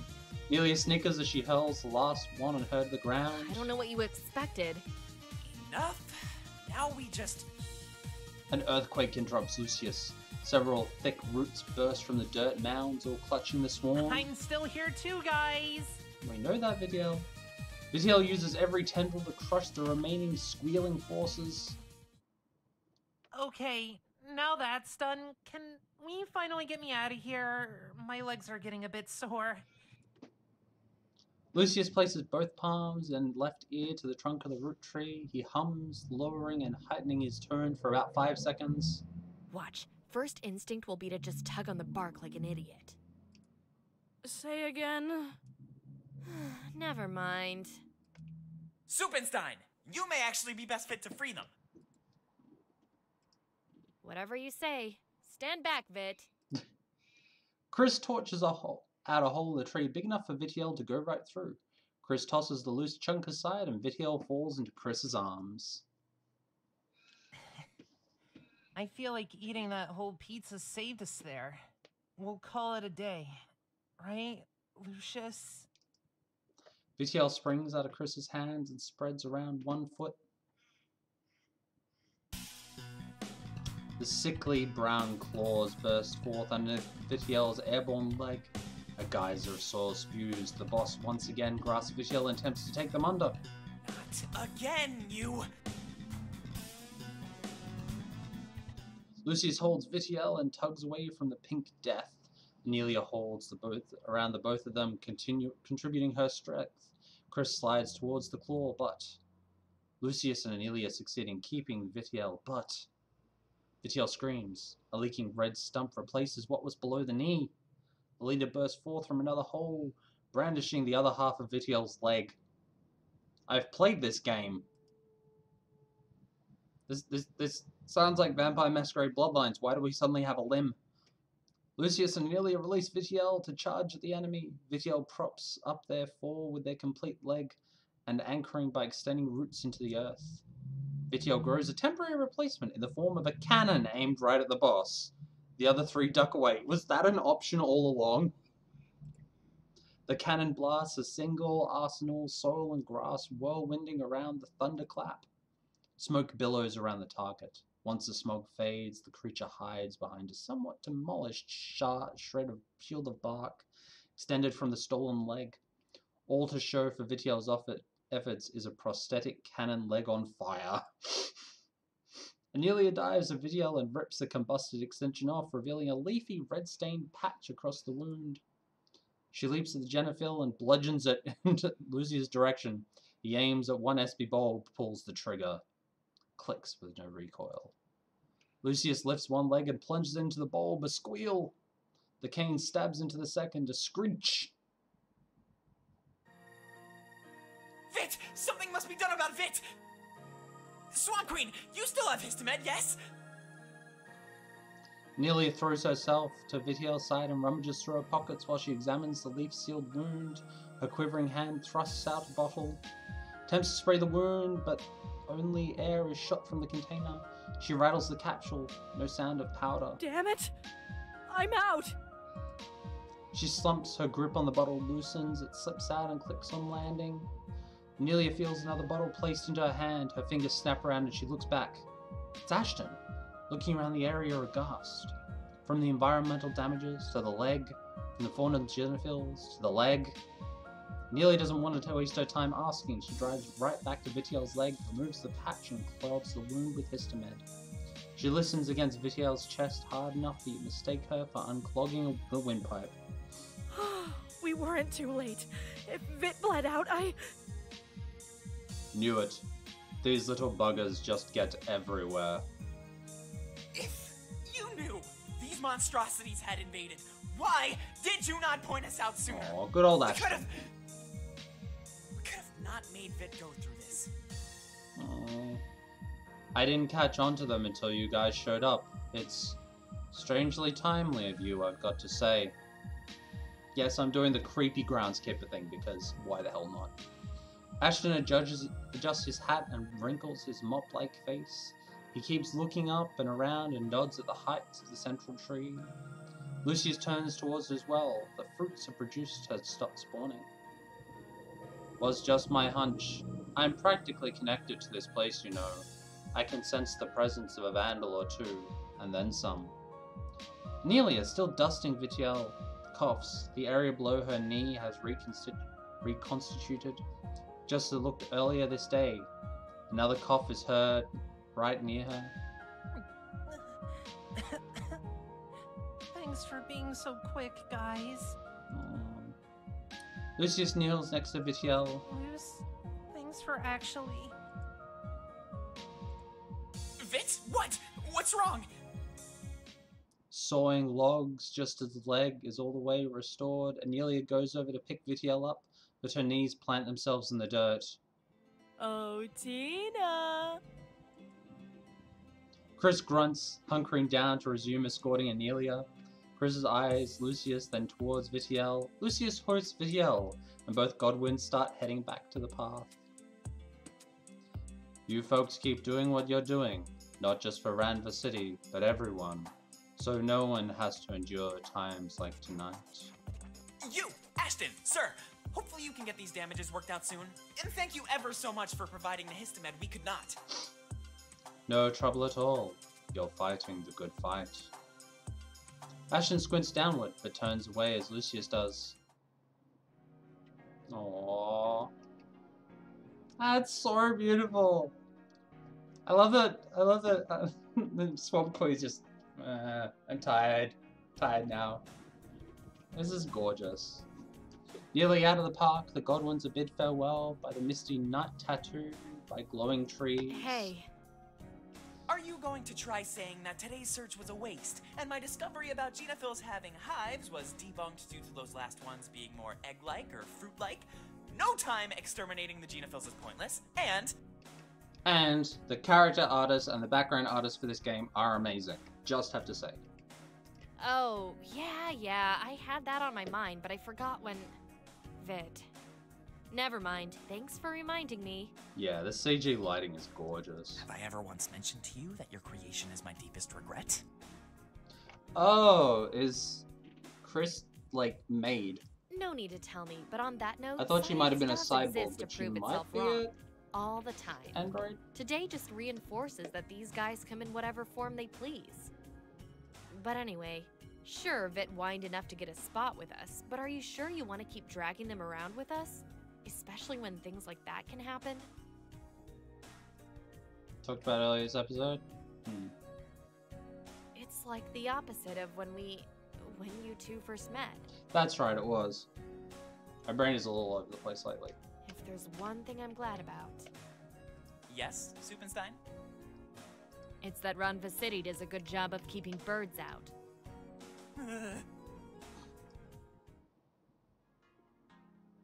The recreational vehicle cruises along Ravenous City streets and corners. White streetlights, like miniature moons, reflect off the modified RV. Such a shame those weak, fleshy limbs can't handle driving after dragging some weight around.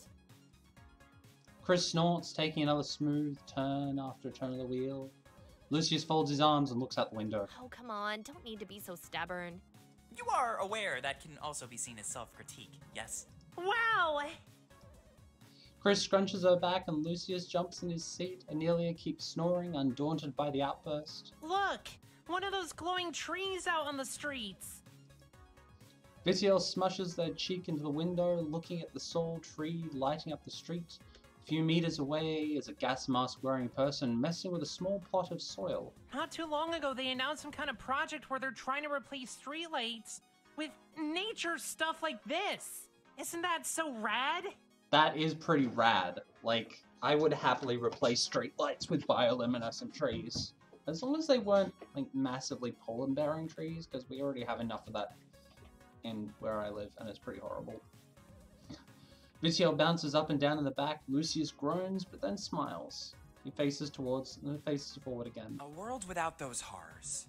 Pursuing that ideal is what will make me history, so that everyone can keep living and admiring wonder. Episode 2 end. That was Incompatible Species. Thank you for that one. That is the first game on Digital Diversity's streams today. But now I have something I need to open before I go into the next episode. What? I got a big box with Lego written on the side of it. And I want to open this thing because I am thinking that I'm going to stream a build this week because it looks like a lot of fun. And this turned up super fast. And before we get into the next one, I can give myself a little bit of a reading break. Yeah. Kaiju rip! Kaiju tear! There we go. Ooh. Ooh. We got a Lego booklet. We get a large amount of newspaper and packing material. Unboxing stream and that, and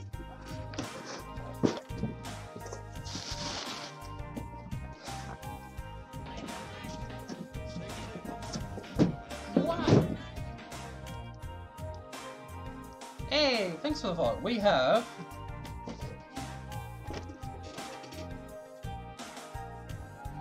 Lego Creator Detective's Office.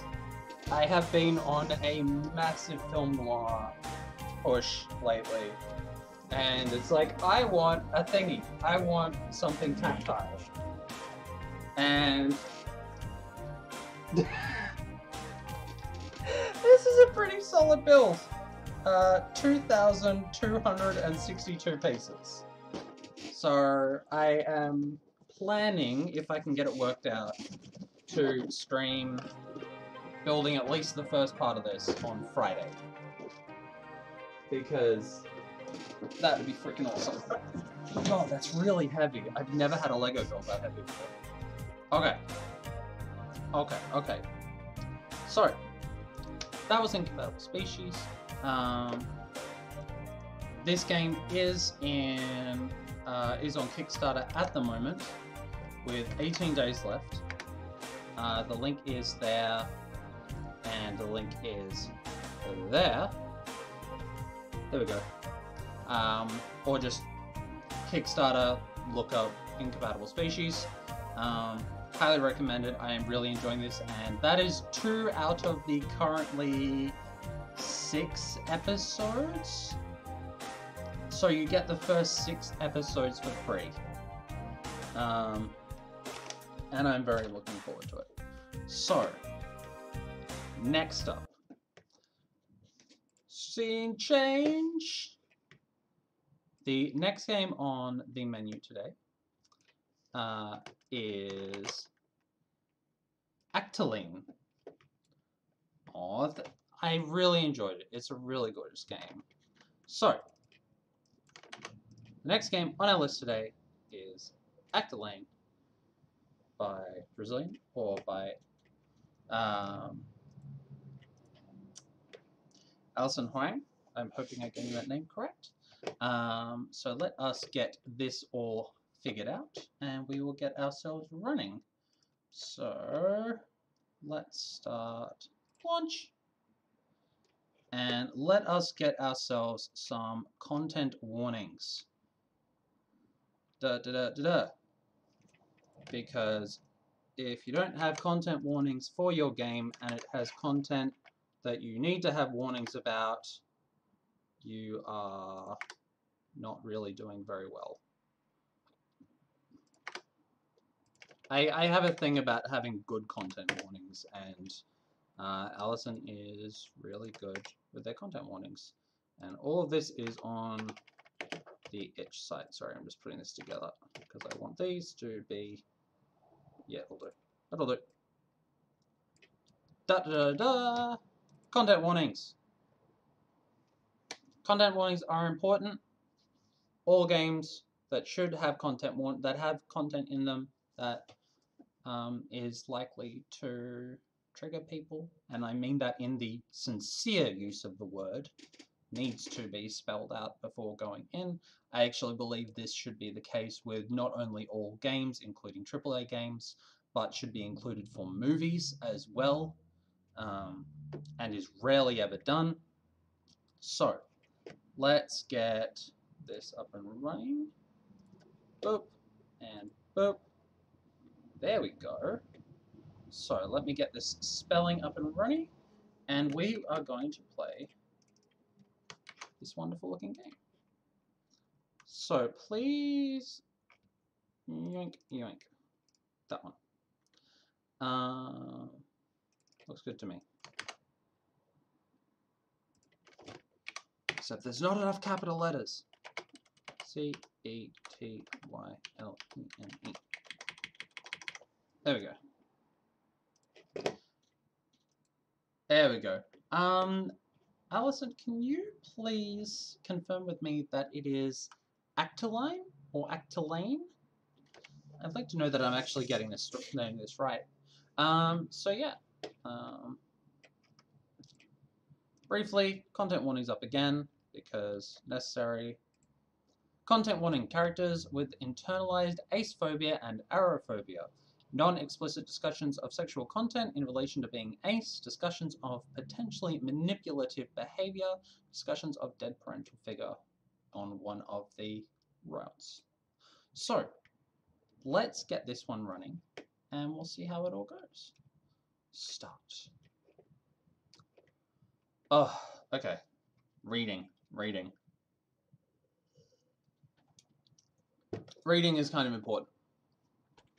Technically, the chemical is produced as acetylene, but I pronounce it as acetylene. Acetylene. Okay, cool. Thank you for that. Do I give them voices? I don't think I give them voices. Zoya, how long will you be away? A week at least. Getting to and from there is a journey in itself. I can imagine. Wait, isn't that where your dad lives now, Kay? That's right. I hope I'll be able to find time to catch up with him. Haven't seen him since our Archmage ceremonies. The Archmage ceremonies. To think that it's been a year since that day already. All good. Look after yourself, Relna. When Kyo and Kay became Archmage partners, and when I became the first solo Archmage to grace the hall of the Mages Association. And is it just the two of you? Cordelia's coming too. Oh really? Yeah, it's going to be her first official job as a specialist.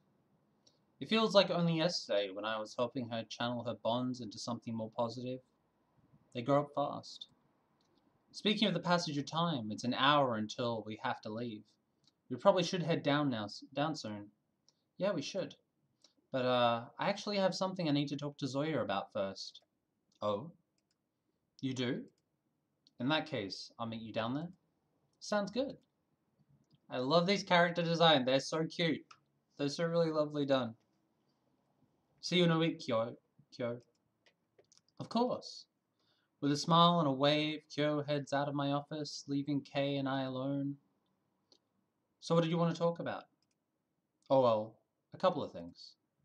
First of all, I wanted to thank you for helping my mother, Olivier, not Rain, figure out the finer details of her sexuality. Ooh, we're starting early. If it wasn't for you, she wouldn't have realized that she could be both a lesbian and be demisexual and demi-romantic. Aww, I'm demisexual and demi-romantic. And well, she's definitely happier for it. So thank you. Representation from the start. I'm all for it. Wait, Kay, you saying you're... He shakes his head. No, but you're on the right track. You know my brother. Not personally, but I know of him. He's Rain's kid, right? Yeah.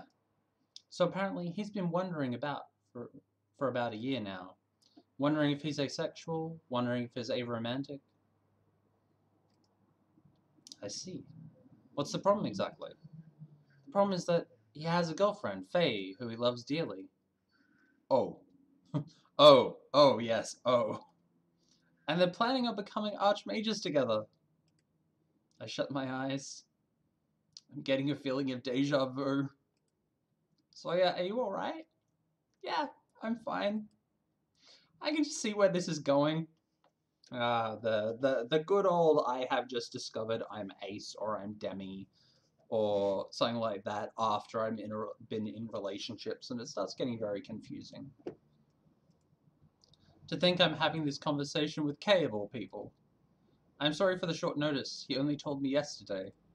No, it's all good. I'll help him out. The last thing I want is for history to repeat. Good, I'm glad. I kinda have to leave now. Yeah, of course. Good luck with the mission. Thank you. Good luck with yours. Thanks. He too leaves my office. Leaves me with my thoughts. I have a feeling this isn't going to be easy.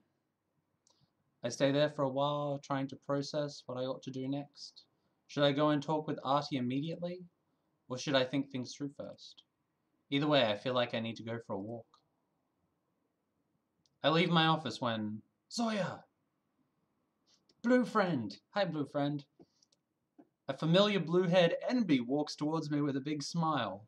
Aww, our friendly blue-haired Enby. Bo, one of the other archmages. Hey, did you need something? Ah, nah, I'm just on my morning stroll. Oh, right. This is fantastic. We played 2 games in a row with non-binary representation right from the get-go. I am, like, 100% in favor of this. They look at me with a concerned expression. You seem distracted. Something in the matter? Well... Do you know who Artie is, by any chance? Artie? Yeah, I know of an Artie. He's Faye's boyfriend. Is that who you're talking about? Sure is. You know Faye then? Kinda. She's actually one of my girlfriend's closest friends. Not to mention that she was one of my classmates. So she was in the year above me. Yeah. Do you know much about her then? Unfortunately, she's pretty quiet and reclusive, so I haven't really ever talked to her. Why do you ask? Suddenly occurs to me that I'm not sure how much I should tell to others. While it isn't some secret mission, telling people might not be the best idea either. I want to be able to trust Bo, but I should probably get back to my walk. I'll see you around? Yeah, of course. This is one of those awkward situations where I was like, need to talk to this person about this thing that's really important to them and would really like feedback from other people about how to approach this. But you don't want to crack other people's eggs to other people. It's difficult. It's very difficult. As they leave, I suddenly thank them for saving me from the situation. At the same time, their reaction makes me wonder whether I should have told them. For a moment, I contemplate calling after them before deciding against it. I'm sure I'll see them sooner or later. With that decided, I start walking as well. The Mage Association is large, annoying to navigate unless everything you need is nearby to you. But when you need to clear your head, it works wonders. Not that I'd be interested in doing this every day like Bo does. What brings you to this neck of the woods, Zoya? Leaning against the wall, a certain Neurotis mage, Vio, looks towards me. I love all the purple. The purple, surprisingly, is very interesting to me. An archmage hopeful, just like Artie. Suddenly I realize why my walk has led me. The archmage candidate dawns. Cat got your tongue? I don't know who you are. If I didn't know you were Ace, I'd offer, hello to you too, Vio. But seriously, why are you here? To be honest, I was just wandering the association around aimlessly, and just happened to end up here. What a boring answer. Sometimes the truth isn't interesting. I like all the purple, but I'm not falling for Vio very much. Yeah. It's clearly uninterested, they begin moving away. Wait, huh? Do you know which dorm Artie lives in? Yeah, he's in mine. Wait, really? Yeah, really. I'm pretty sure he's alone in there right now, actually, so if you wanted to talk with him... Perfect. Thank you, Via. No problem. And with that, they're gone. So Artie is alone right now. If there ever was a perfect chance to talk to him this is it. I'm a bit overwhelmed by the situation, but I'm here now. I locate the correct dorm and knock. Who is it? Archmage Zoya, your brother Kay asked me to talk with you. There's a moment of silence before the door opens. Come in. Aw, that's so cute. Hello, Artie. I didn't expect to see you so soon. I mean, I only told my stepbrother yesterday. Stepbrother. It's true that they're not brothers by blood, but I'm pretty sure Kate referred to him as a brother. Well, I'm here. Did you want to talk? I suppose so. The reluctance evident in his voice, I scrambled to give him an out. We don't have to talk now. We can figure out another time if you're free. No, I can talk with you now. He sits down on the couch. I do too. So, what did Kay tell you exactly? He told me you've had some doubts for a year now, but your relationship with your girlfriend is complicating things. That's about it, yeah? I wait for him to continue. For a while, he doesn't say anything. But just as I open my mouth to speak, it was you know, that made me wonder if my orientation wasn't what I thought it was. Seeing you walk down those stairs as the first solo archmage, without an archmage partner, without a need for a partner. It made me start to think, and this is why it's so important to have these discussions and have these people visible, because you end up with people who go, oh, I've finally seen someone who behaves like me, who is kind of the orientation that feels right for me and stuff like that. Like, you don't realize that you might be ace until you meet people who are ace. You don't realize you might be trans or non-binary or anything else like that until you meet people who are those. Otherwise, you have to build up this idea of yourself that's based on the people around you, and that can be really difficult. Hey, welcome. Don't worry, we haven't played your game yet. Your game is next. But that's silly, isn't it? I have a girlfriend and I love her. Right? Isn't that a contradiction? Not necessarily. While I might be both asexual and aromantic, not all asexuals are aro. I know that. But if it was that simple, why is it that my love for her the thing that's making me doubt everything? Yeah, it's really gorgeous. I'm loving it. You know, by all definitions, I could call myself asexual. This might be a bit too much information, but I've never even thought about her in a sexual way. I reckon that it would be something that would happen eventually, once we were comfortable enough with each other. That never ended up happening. And she never brought it up herself either. And then they realized they were both asexual. It feels like a meme waiting to happen. Except that this relationship is... Oh, he shuts his eyes, a pained expression on his face. You know, before this, I didn't feel like I needed to put a label on my sexuality. I loved Faye, and that's all that mattered to me. Now, I don't even know if what I feel towards her is romantic love. He smiles bitterly. My thoughts are spinning around my head. I'm not sure what to say.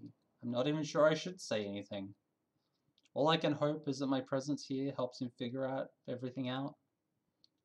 As I think that, he looks up again towards me. He stares into my eyes as if the answer to his problems were found there. I'm not sure they are. It's just, how can you tell if your feelings are romantic or platonic? I furrow my brow. Why does he think I can answer that of all things? That why don't you have the answers that I need situation. God. I'm not sure I'm the right person to tell you that. I think you're the only person who can. What makes you think that? You dated my stepbrother's boyfriend. You dated Kyo for a whole year. I have to go. I feel bad just running away from him like that, but everything just suddenly became too much for me. I'm not sure where I'm going. All I want is to get away from here. Zoya, you alright? No, I don't want to deal with VO. I'm not a fan of VO already. They heard VO's words, but I can't deal with them on top of everything else right now. Instead, I keep moving away. Zoya? I narrowly managed to stop before I slammed into Bo's chest. What's the matter? Suddenly I remember that I never told Bo about the whole situation. I'm not exactly a state where I should. Hey, just take deep breaths, okay? In and out. As I breathe, Bo performs circular hand movements. The blue tint of their magic around us indicates they're grasping onto the air itself, causing it to gently circulate. I feel better already. Thanks. Do you want me to take you back to your office? Yeah, that sounds good. Oh, we like Bo. Bo doesn't attempt to say anything as we walk back, and I'm glad for that. But I'm happy that they're there beside me. To think that once I was jealous of them, jealous of the fact that they got to skip a year level and leave us behind. I kind of want to apologize to them, even if they never knew about my thoughts. Ugh, really need to stop thinking about stuff. You alright? Yeah.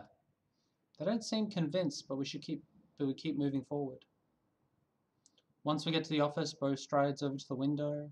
With an outstretched hand, what looks like a gust of wind, they open it, letting in the cool air. I breathe in deeply. For a while, they just wait patiently for me to say something of my own accord. We really like Bo. Bo is good peoples. It's like I've become Artie. You know how I asked you about Artie before? It's because I was asked to help him out with a dilemma. Oh? Obviously, don't go telling everyone, but it seems that he's asexual and possibly on the aromantic spectrum too? Bo nods, encouraging me to continue. But he's struggling with it because he loves his girlfriend and he doesn't want that to change. And that kind of reminded me of when Kyo and I were dating. Well, Artie was the one who reminded you of the Kyo and you were dating. I love Bo. Bo is our lovely MB friend. He even brought that up. That's when I couldn't take the conversation anymore. And I left. Just like that. Ugh. I really did that. He needed my help and I just ran. Zoya, you're allowed to care about your own well-being, you know. Seems like you've had a lot to take in, and of course you're distressed. You need time to digest everything. Once that happened, I'm sure everything will go better. That's true. I want you to take the rest of the day off. Do other things. And come back to this tomorrow. I nod. Seems reasonable. Maybe look at everything from a different angle. How so? Artie's not the only one in this situation, is he? Faye. Exactly. To that, in my distress, I hadn't even thought about Faye. Bo smiles warmly. I should probably leave now. Feel free to find me if you run into more trouble. Of course, thank you, Bo. Once they're gone, I close my eyes. I'm definitely taking a nap for the rest of the afternoon. The thought of talking with Faye occupies the forefront of my mind the next day, which is why I'm striding down the hallway towards the dorms again. I'm getting a feeling of deja vu. Oh, hey, Bo. Bo effortlessly matches my pace and we began to walk together. Feeling better today? Yeah, I am. They look visibly relieved. I'm glad to hear. Thanks again for helping me out. No worries. Look, I know you're close to people like Kyo, but I hope you do know I consider you a friend. Even if we don't talk much with each other and all. Aww. I'm getting a lot of feels from that. It's really hard to stay connected with people most of the time, so having like a character like Bo around is really nice. Should be more in the middle. Let's put that in the middle. Helping out a friend in distress is the least I can do. Right. Still, that doesn't change the fact that I'm thankful for you. Suppose I can't argue with that. So what's the plan for the day? I'm heading to the dorms to find Faye. Right, of course. Hopefully the conversation will go smoother with her. Oh god, this is going to be interesting. Yesterday you mentioned something about her being quiet, right? Yeah. Do you know if she's shy or just keeps to herself? I think she just prefers to keep to herself. If Faye was shy, I doubt she'd be friends with my girlfriend. Right. Ari is pretty outgoing. Yeah, exactly. And back then, Ari wasn't exactly the best person. When we first met, Faye was already friends with her. So Ari would have just scared Faye away if she was just shy. I see. Just as I'm trying to figure out if I should ask Bo anything else, I see Vio walk in our direction. Hey Vio. Well, if it isn't Bo and Zoya. Where are you off to? The combat hall. Artie and I are sparring. You and Artie? Yeah, that's what I said. You sure Artie's in the right mental state to be sparring? Vio looks confused for a moment before they look over at me, and a look of understanding crosses their face. Believe it or not, he was the one who asked me. And I'm not about to pass up on a spar offer. Besides, I have nothing to do with his problems. His magic is incapable of hurting me. And for that matter, I don't have a grudge or anything against him. My magic can't hurt him either. Aww. Basic magic theory, Bo. I hope an archmage would know that. It's not what I mean, Vio. Oh, Bo is pissed by that. If he's distracted by his problems, he could hurt you with his bonds that you have nothing to do with. You have so little faith. This is quickly getting out of hand. Who's right? Bo is right in this one. Vio, Bo's right. Artie shouldn't be fighting right now. Not only is his mental state in a rough patch, but he's questioning his relationship with the person he has his strongest bond with. He won't be able to fight at his best. Even if you win, it won't be a fair fight. There's that too, yeah. Vio's eyes flit back and forth between us and they sigh. Fine. Bo, do you know where Irie is now? Probably the courtyard. Gotcha. Without saying goodbye to us, Vio walks off. Should I follow them? No, we want to go talk to Faye. Does Vio usually spar with your girlfriend? They spar together sometimes? With Vio being a close-range fighter and Aria being a long-ranged one, they're honestly pretty evenly matched. Huh. Yeah. Speaking of, there's a high chance that Faye's in the combat hall right now. It's true.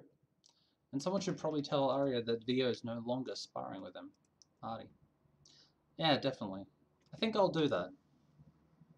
Oh. Doing this with headphones on when there's no music is really awkward sometimes. See you later. Good luck. Thanks, Bo. When I get to the hall, I manage to spot Artie. He's talking with someone that I don't recognize. Is that Faye? Hey, Artie, I'm just here to tell you that Vio called the spar off. Oh, that's not like them. I'm not sure I should tell Artie that I'm partially to blame. But thanks for telling me, Zoya. No problem. The person beside him is staring at me. I'm not sure what exactly that means, but I can't help but feel a bit unwelcome. Yeah, I wonder why.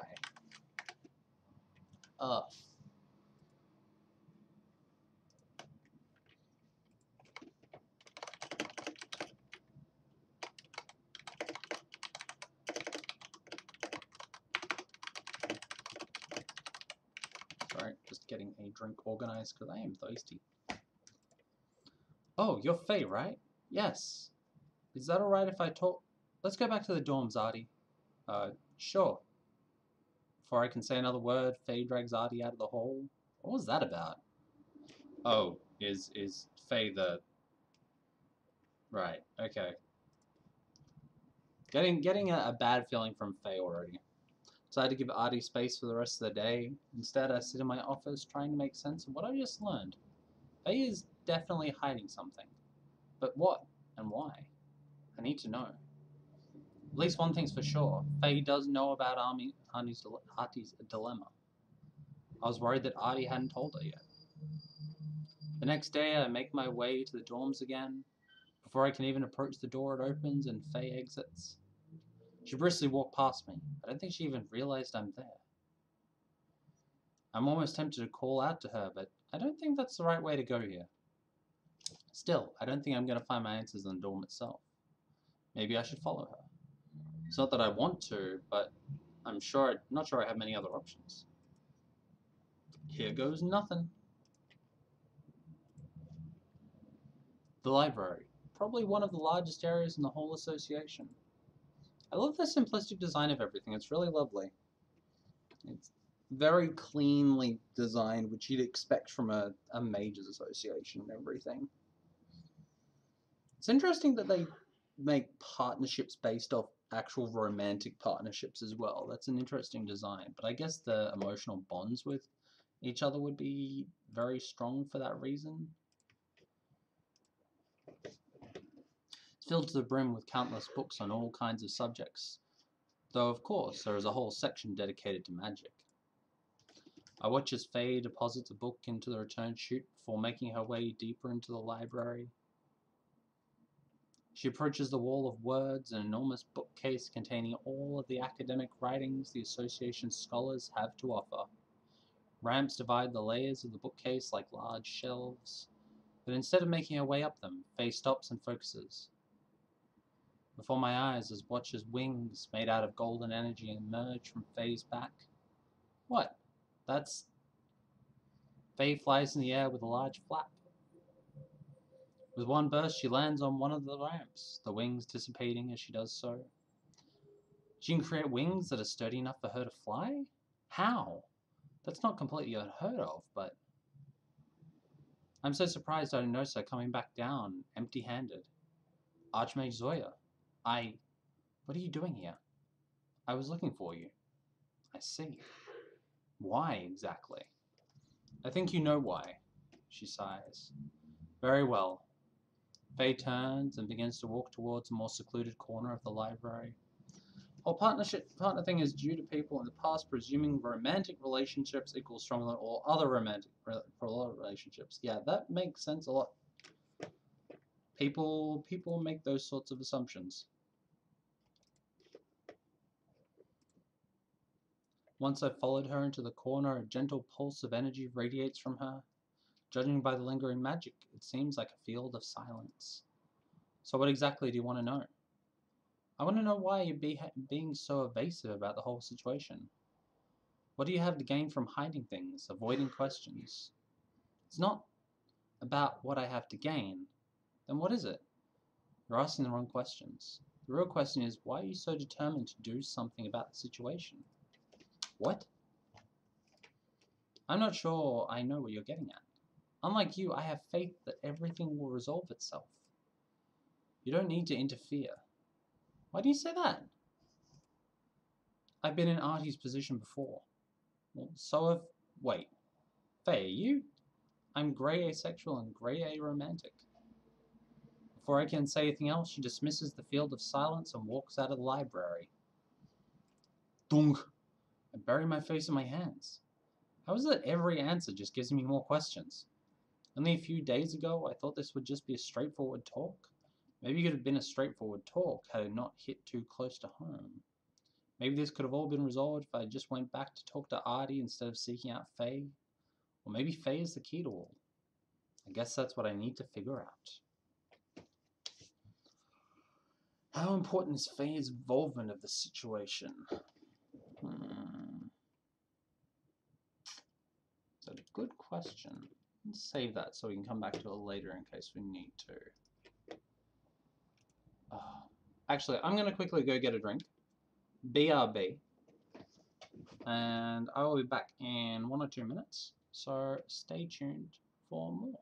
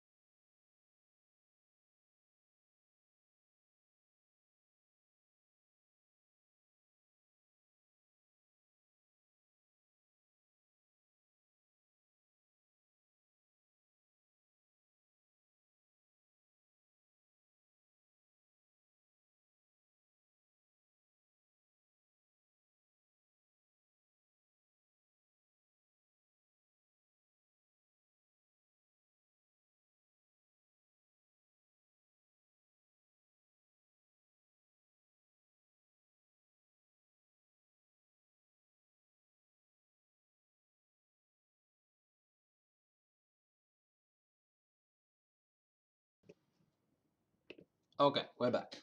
I had a drink. I don't actually need these headphones on for this game. So we're good. How's everyone doing? How y'all doing today? What's going on? You zoom in. Hello. Hi. We haven't had a zoom in stream for a while. Everyone say hi to a zoom man. She is our beautiful princess. Not right. Yeah, she is a good girl. She is a good girl. Good girl. She is so very white. Yeah. Sorry, my voice is starting to give out, so I might get this relatively close. We'll do a little bit more of this one, then on to Last Jiri Samurai's game, and then we'll move on. Alison says hello. Yeah. You're a beautiful girl. Up you go. Up you go. Up you go. There you go. Cat butt. Near the end, anyway? Oh, are we? Okay. Sure, Faye could help Artie out, but so can I. The conversation a few days ago became too intense for me, but now I'm better prepared. Or at least I think I will be. Oh, okay. I just have to finish what I started. I feel like I'm about to pass the point of no return. That if I don't get the results I'm looking for, the next time I see them, I won't get another chance. If that happens, I'll need all the help I can before that happens. I wander the corridors until I find Bo talking with her girlfriend, Irie. Oh, Irie's adorable! Irie, she's friends with Faye. I wonder if she would be able to help out somehow. Zoya, you need something? Oh, hey Zoya. Yeah, I want to talk to Bo. Figured. I'd be happy to. Do you want to talk in your office? That'd be good. Though Bo starts to walk away, I stay put, looking at Irie. She sighs. As much as I want to be able to help you, I don't think I can. Back when we were in the academy, I was a bully. I just used Faye's kindness to feed my own ego. I honestly don't know how she tolerated me. Oh, I'm really glad she realized, like, her own shortcomings. Point is, I never really got to know her. And by the time I knew better, I'd started to... She looks over my shoulders at Bo. Right. Your academy days were years ago, though. Aren't you still friends? We are, but I don't know how to get her to open up. She's content with the dynamic we had. So one of the people closest to Faye doesn't really know her at all. That's disheartening, but I don't think any more information about Faye will solve Artie's problem. Thanks anyway. I do hope you figure everything out. I want to see her be happy, especially after everything I did. I'll try my best. So you wanted advice, yeah? On what exactly? On the whole situation with Artie. Right. Anything in particular? I wanted to continue the conversation I had with him a few days ago, but I'm afraid I'll get overwhelmed again. Although I don't have the answers Artie expects I do. It's very understandable. Well, I'm sure Artie is aware of how your last conversation went. Right. I ran out of the room after all. So he might be more aware of himself this time around? Might be being the key word. I'm not Artie. I can't speak for him. Right. And sometimes not having the answer is an answer. And that's what you gotta do sometimes. Sometimes you just have to tell people that no, you do not have the answer that they need. Just because you're Ace Arrow doesn't mean you can speak for all Ace Arrow experiences. And just because you can't answer someone doesn't mean that no one can. Sometimes you're the only one who can answer yourself. It's true. Thanks, Bo. Anytime. They smile at me and leave my office. It's really good playing a game where you get an Ace Arrow, a romantic character. Like, no, a couple of weeks ago I played When Asta Falls. And Asta Falls had an asexual but romantic character. So comparing them with going like personality and interaction wise versus someone who is both asexual and aromantic is a very different direction of interaction, and I'm really glad that I finally get to play something that has that interaction. It is really lovely to see, because A's people exist. A-row people exist. You know, we've got to come to terms with it that sometimes people just... Hollywood isn't right. Hollywood and the media is generally not right about this sort of shit. And we don't get taught about it as kids.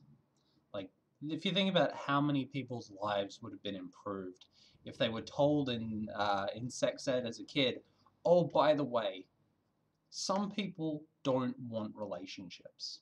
Or some people don't want to have sex. And that's totally normal. And that's totally fine. And if you don't want to, or you don't feel like it's something you want to do, you can just not. You can just live your life and not do those things. It's just... Which is why so many people go through relationship, and then realize they're asexual or aromantic and go, well, that's 15 years of my life that I didn't need to put myself through. The next day I find Artie in the combat hall. He's alone. Above him, 3 orbs of flickering energy hover in the air. My first thought is, that's unusual. Usually volatile magic isn't a good sign. But I remember Artie as son of the late Archmage Luther, who was renowned for his use of fire-like magic. He must have heard my footsteps because his eyes open and the orbs dissipate. Oh, hey Zoya, did you come to train? No, actually, I'm here to speak with you. Oh. I wanted to continue our last conversation. I'm really sorry for just running out like that. No, it's all fine. I shouldn't have pushed you so far. I was too focused on getting the answers I wanted to think about how my behavior could make you uncomfortable. So I should be the one apologizing. Sorry for last time. I'll be more mindful this time. Seems that Bo was right. Glad to hear it.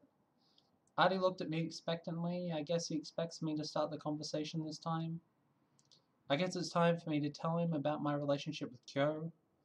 6 years ago, when I was still in the academy, I asked Kyo out. You were the one to ask him out? Yeah. We were already close friends at the time. No one else made me feel so loved, so supported. So I guess I shouldn't have been a surprise that I thought I was falling for him. He told me he never thought of me that way before, but he was willing to give it a try. Kyo sounds like a good person. So we started dating. I loved it. It was like an extension of our existing friendship. It wasn't until we started to get intimate that I started realizing this wasn't for me. How did you figure out you were also a romantic then? Well, kind of started to unravel after that. Until then, I didn't really differentiate between the different kinds of attraction I felt. So I figured out when my platonic attraction ended and when my romantic attraction started. And came to the conclusion that romantic attraction just didn't exist, and that happens. That made the pressure to find a partner to become Archmage with made me believe my feelings towards Kyo were romantic. I see. Thanks for sharing. Did any of that help? I think? It's kind of hard to process. It's understandable. Besides, you don't have to figure it out right away. Yeah, but it's been a year since I've started having these doubts. Now you're helping me, so I kind of want to get this all over and done with. Fuck, feels. I think that's the same for all, like, for a lot of people when they're coming out, no matter whether it's gender or sexuality or anything else like that. Sometimes you get to that point where you've been through a lot of stuff and you've lived through a lot of your life having feelings but never dealing with them. And then you figure it out and you go, I just want to get this done. You know, I just want to come out, or I just want, like, I want to talk to people. I want to get it done as quickly as possible. It's just like, I want to live my life now. Some people don't have that opportunity, but is it important to come to a conclusion immediately? Yes, I hate this feeling of uncertainty, and I want to know what I need to tell Faye. I'm sure she can wait. Considering she said she's waiting for the situation to resolve itself, I'm sure she's not demanding answers from him. She can, yes, but this isn't about what she thinks, I suppose. I need to know if I've just been using her all along.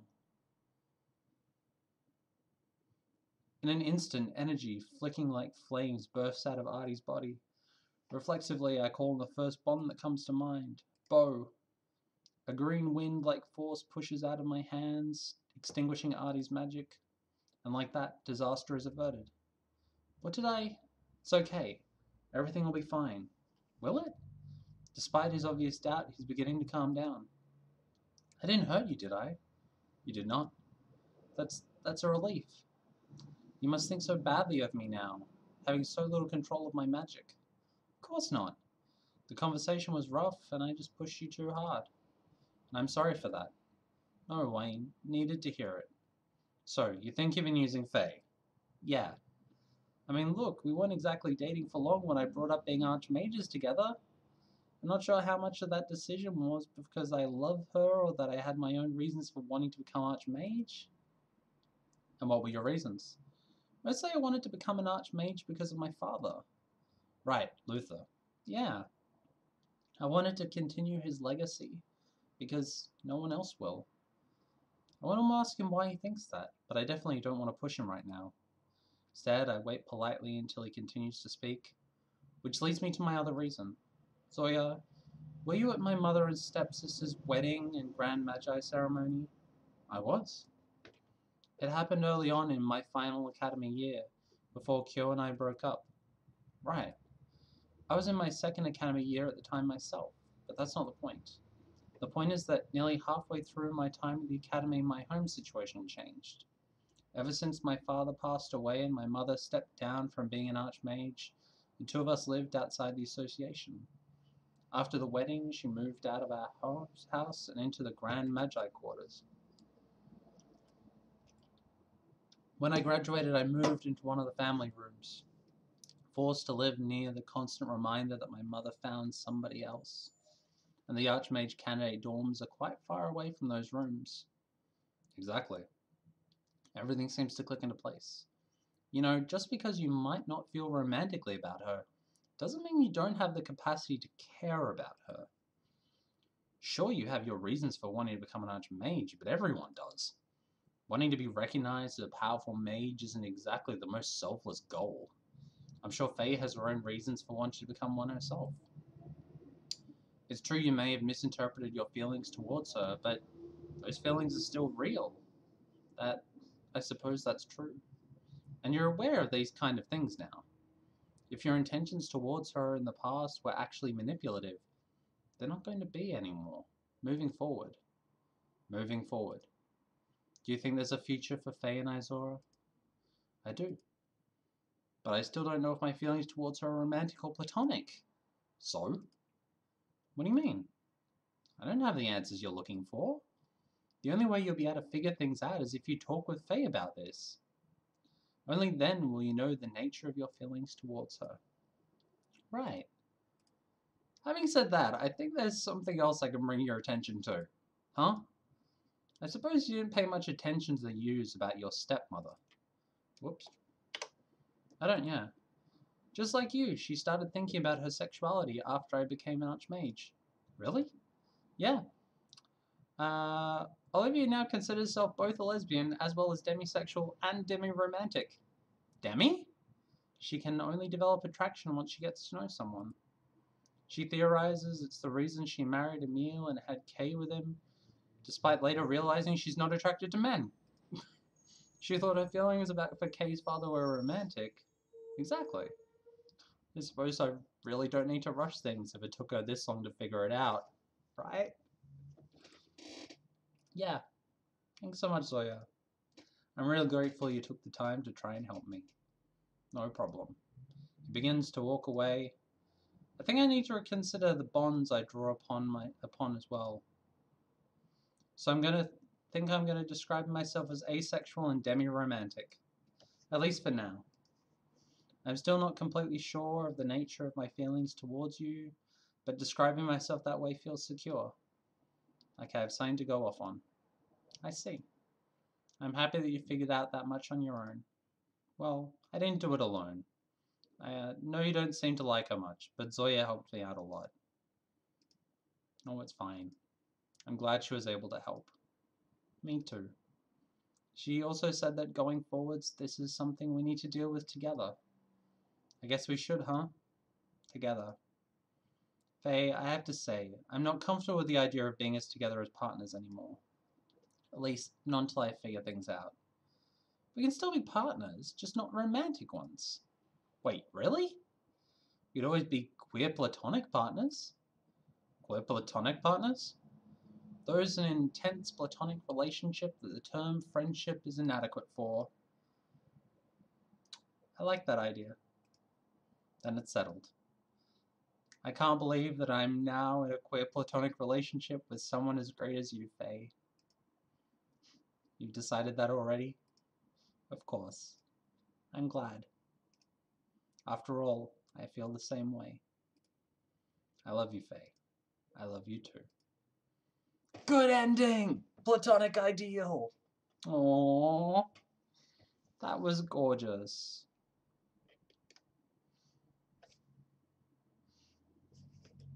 Queer platonic love.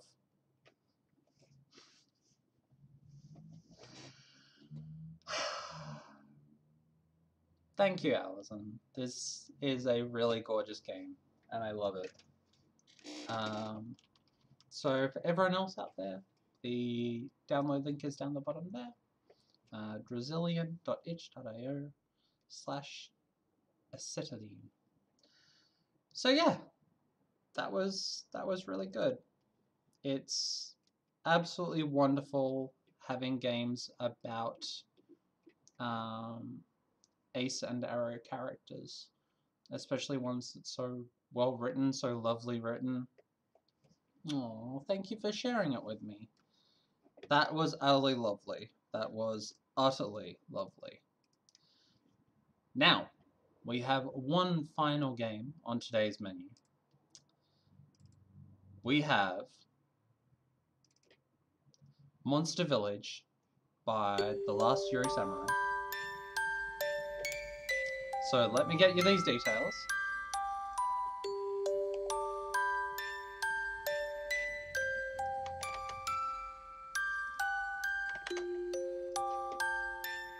Yoink! LastYuriSamurai.itch.io/Monster Village. This one is going to be a little different. So this is a demo of the creator's first publicly shown game. This is going to be a little different, and I'm really looking forward to it. Oops. Sorry, these settings are sometimes a little weird. No, that's not going to work. Let's try this one. That one. Let's try this one. That one. That one? Not that one. This happens occasionally with some of these games. That one. No? Music's a bit loud? Sorry. What? Let's drop it down to there. Now I'm just trying to get this bloody thing working. OBS occasionally has issues with these things. Nope, that's not it. That's the game. That's the game. So which way? It's like the one that I didn't check. Window, game, Monster Village. Why is this game not wanting to screen? Yeah, all else fails, we can do this one. Yoink! There we go. There we go. Just have to play around a bit to get it working. So let's grab that one, we'll move it across a bit so we can see it a little better. I have to rearrange everything after this, but that's okay. I don't know. We'll figure it out. We'll figure it out. Alright.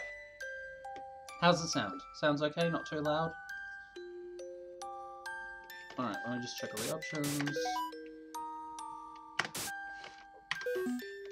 There was a period of time when I was playing a lot of RPG Maker games, so I've gotten into a habit of just like getting some setups.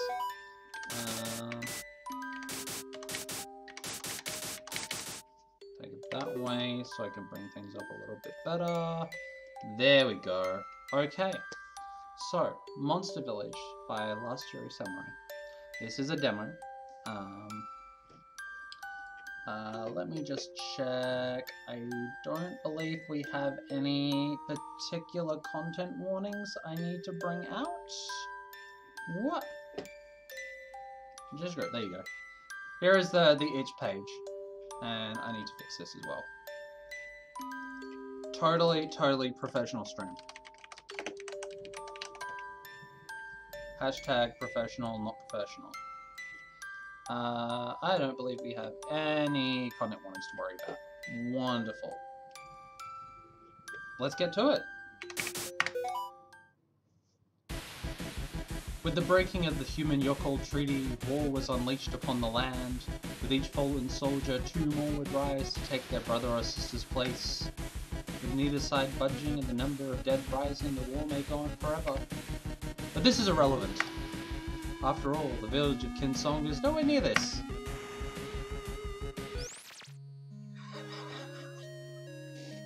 It's a very Monty Python cutaway.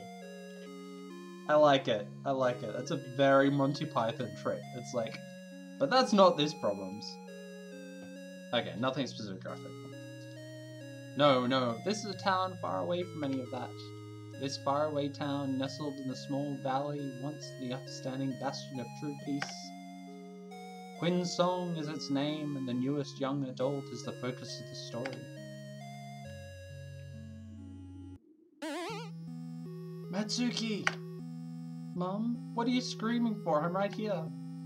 Isn't today the day my girl agreed to start seriously figuring out who she wants to start apprenticing under? Day 1? Yeah, Mom, it is, but why are you suddenly asking such leading questions? Mummy's narrating again, isn't she, Dad? This too shall pass, Toby. Remember to show patience in the face of abnormality. For the last time, stop using your philosopher's proverbs at my round table. I'm loving this already. Oh. This game is already very meta. I'll be sure to do that, my love, just as soon as you stop narrating. And round table, it's square, love. Toby is still learning his shapes. Squares are for civs, rounds are for warriors. See, our son agrees with me. Okay, but what? That's okay. Daddy will go over shapes with you again later. But back to our newest little warrior. Epic war narration or not, this is a big day. Thanks, Mom. But it's the same as yesterday. I've been volunteering all year now. I just need to make a decision soon, that's all. 5 days is not simply a bit closer, my little diplomat. The ceremony is less than a week away. The masters may be more willing to share its secrets of their trade to try and win you over. Even they know what a big deal my warrior is going to be. I knew you were going to turn out just like me. You know, Genko is still willing to take you in as apprentice. Now, Mitsuki, I love Genko, but you'd be best not to waste your potential for diplomatic matters. Having 4 masters liking you is enough to take you on as an apprentice is no easy feat. Let me teach you philosophy and you can aid me in my manuscript. Misha, I was a proud guard of Zoril, and my children will know how to protect themselves, or at least know how to run our tavern. Our children shall have the strength of words and charisma to never be forced upon to raise a sword, the way our world ought to be.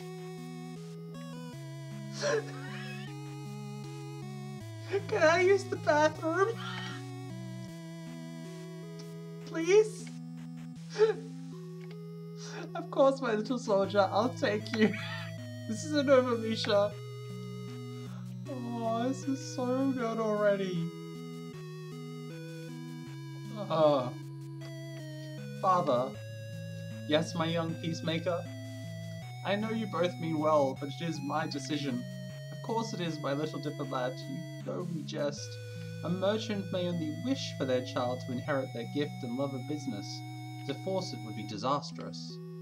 Yeah, this is such a good intro scene. I'm in love with it. I know, but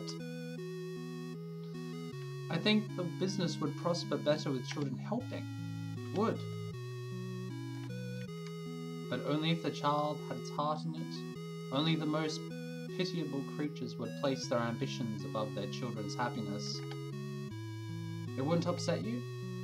I swear upon ancient grandfather Orin, forging in the earth's core, that neither I nor your mother would be anything less than accepting of your decision.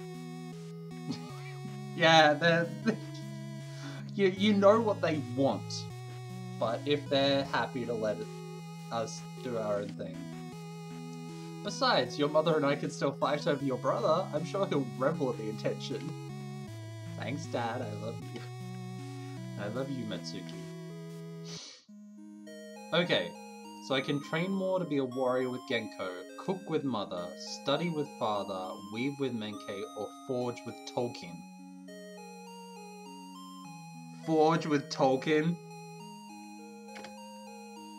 I should probably make an effort to talk to the masters at least once a day. It never hurts to gain favor, as Father says. Time to get started. Press journal has been updated.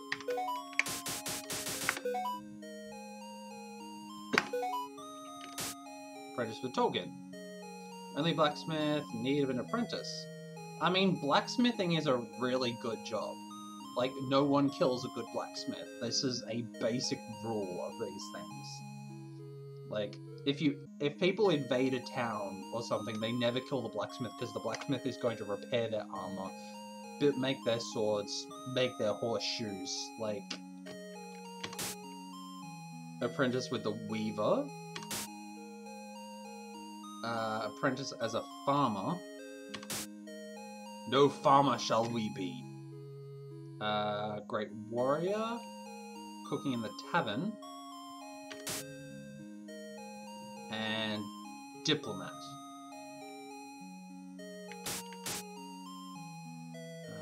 Help me issue with manuscript. Yeah, you'd 100% kill my blacksmith because you're terrible. I love you. Alright, let's just mess around. Okay. My home.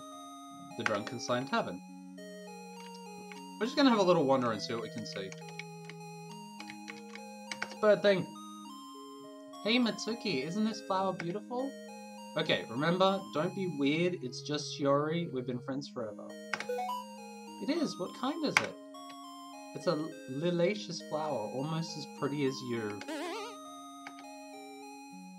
You wanna know a secret, Matsuki? I'm a bit jealous that you're older than me. You get to become an adult sooner. You get to be the first to declare what you want. But flirting will be the death of me.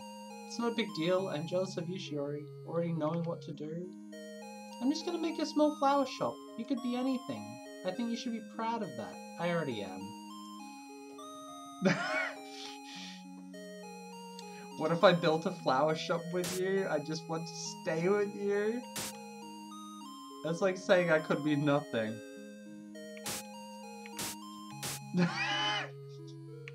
Two of these are very directly flirting right away.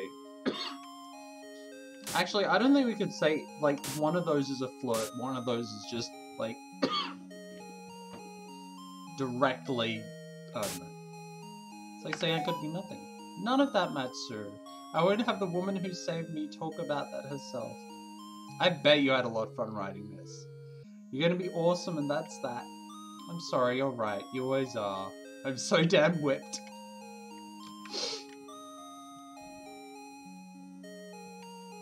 Why are there garden gnomes? Hi Matsu. Hey Jet, why are you looking so down? I've been looking for Sarah's doll all day and still can't find it. Could you help me? Yes. Thanks Matsu. Why are the garden gnomes talking to me? What's wrong? Is everything okay? Jet lost my goblino. He's probably all alone and scared and I can't find him. Maybe I'll find your toy. Hello. Hey there, Toby. What you doing? Saying hi to my reflection. There's no reflection here, Toby. Yeah, it is. It's in commercial landscape with additional material and polish. Toby, you're being unrealistic again, aren't you? Can I have cake later? God, of course, I'll get you some later. You know that fourth wall? Yeah, we don't get that around here.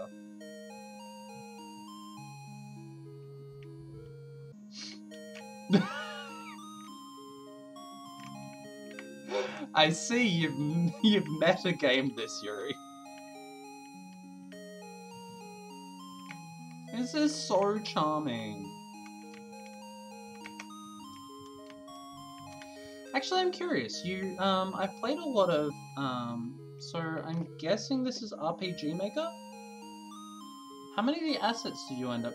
Well, it seems like RPG Maker. How many of the assets did you end up building yourself? Wow.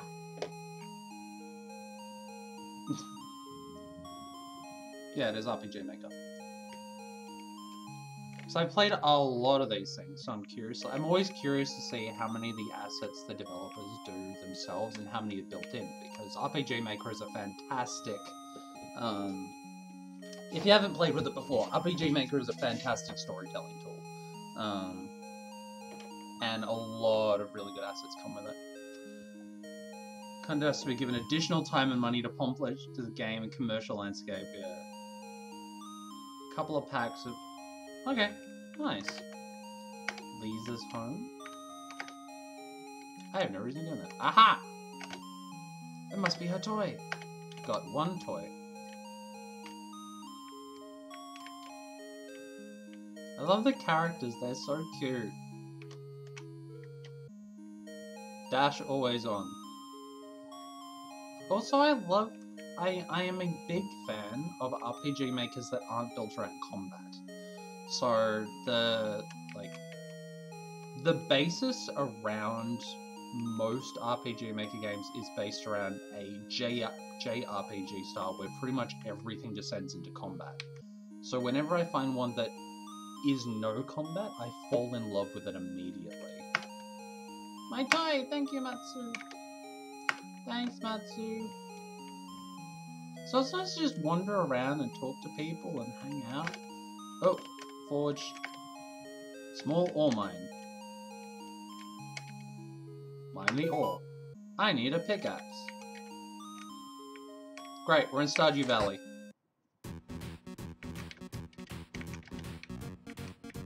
Ooh, Toki's big. Hello. Don't know what you want to talk about. You have 5 days to choose. Don't disappoint me. No nonsense in my forge. Too much fire. Too much sharp and not metal. No room for games. You learn right. Understand? Never has been long conversations. Yes, Master Tolkien. Good. First you need blueprints. Follow them closely. No substitutions. No nonsense. If you have talent, you can be more blueprints as an adult. Yes. Next you need ore. Follow me. This stone is special. I brought it from my homeland. It can be mined every day with a pickaxe, but not too much. And, like... no hesitation. No nonsense. Make me proud. Oh, is that the full day? Crap. That went a bit faster than I expected. Okay, don't apprentice till I know what I'm doing.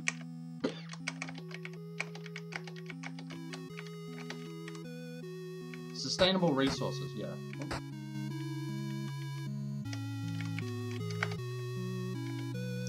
Said your manuscript will help stop the war, but how can it? It's just paper and words. The sword will slice right through it.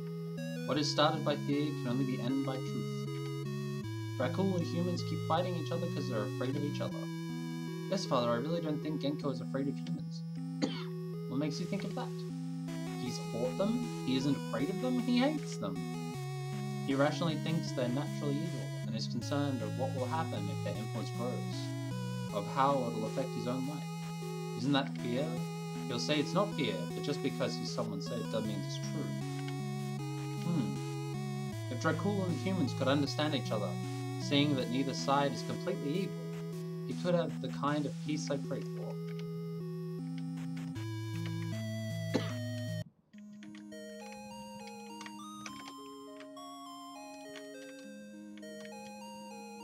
Yeah, definitely. It's good commentary. Hello. Morning, my staff builder. I made an extra pie for each of us, and you and your brother. Still warm. Hey, we got a pie.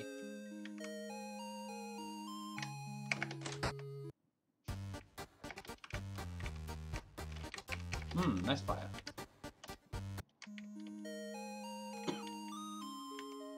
Alright, so I did not know that doing apprenticing actually used up the entire day. Quest hunters on me, man. Could I use one?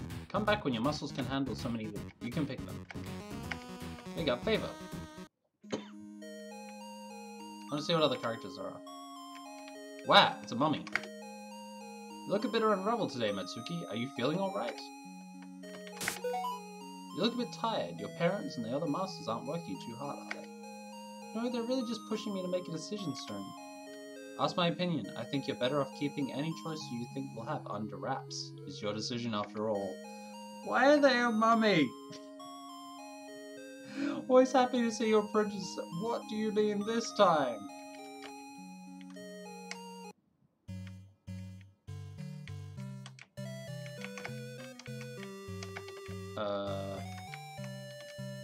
We have an empty farm.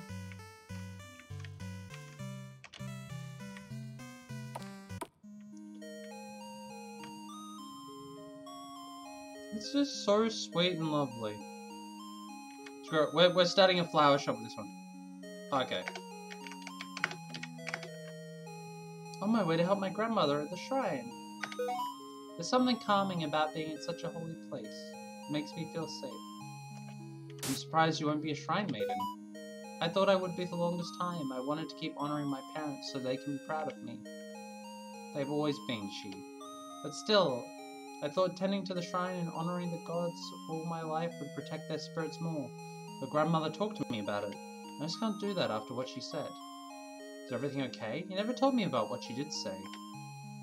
They weren't the kind of adults to look back or stay stagnant. That no one gives life with the hope that one they will give less defying fate. It's really deep.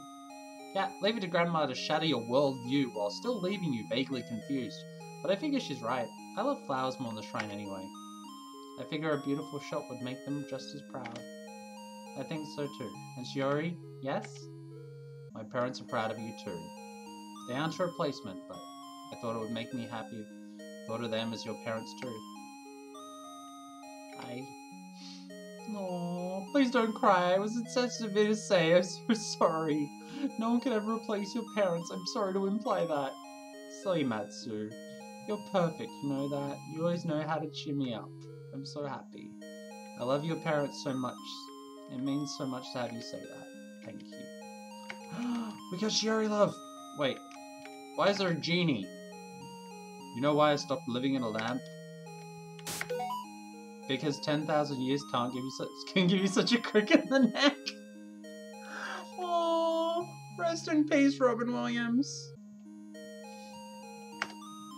There's that, but the last person I granted a wish for the nicest fabrics in the world, and I found a loophole that let me stay here forever. You're talking about Mummy again, aren't you? Yes, my son, that was your mother. Even though she isn't here anymore, I can grant her wish by making sure her children have the finest clothes in the world. So sweet of him. And because the profits are so fantastic, the amount of money Daku will pay for nice fabrics is extraordinary. There it is.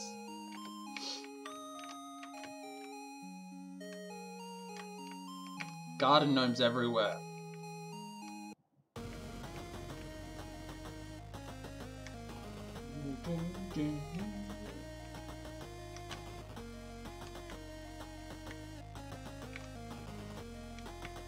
What's in here? What's this?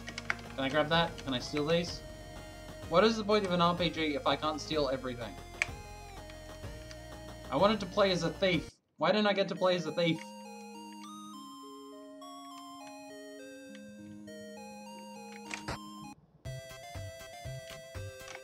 Empty shop.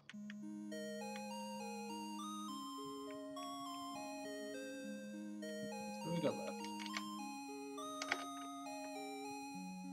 The text of those is completely optional, won't affect effectively or the ending. It is purely for those who want to experience every text branch.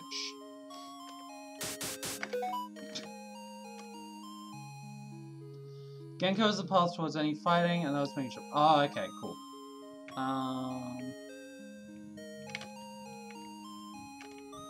I guess we just keep going blacksmith. I probably screwed things up by not romancing she straight off the bat.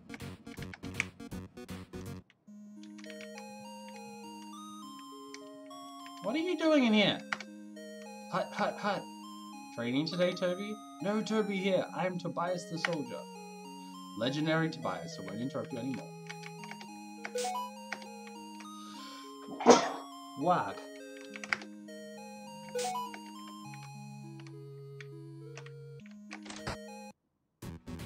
Nice. Hey, Kamalicious, how you doing?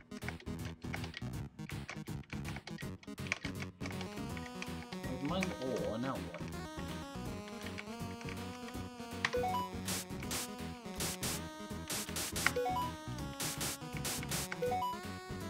Oh, once. All good. Good to know.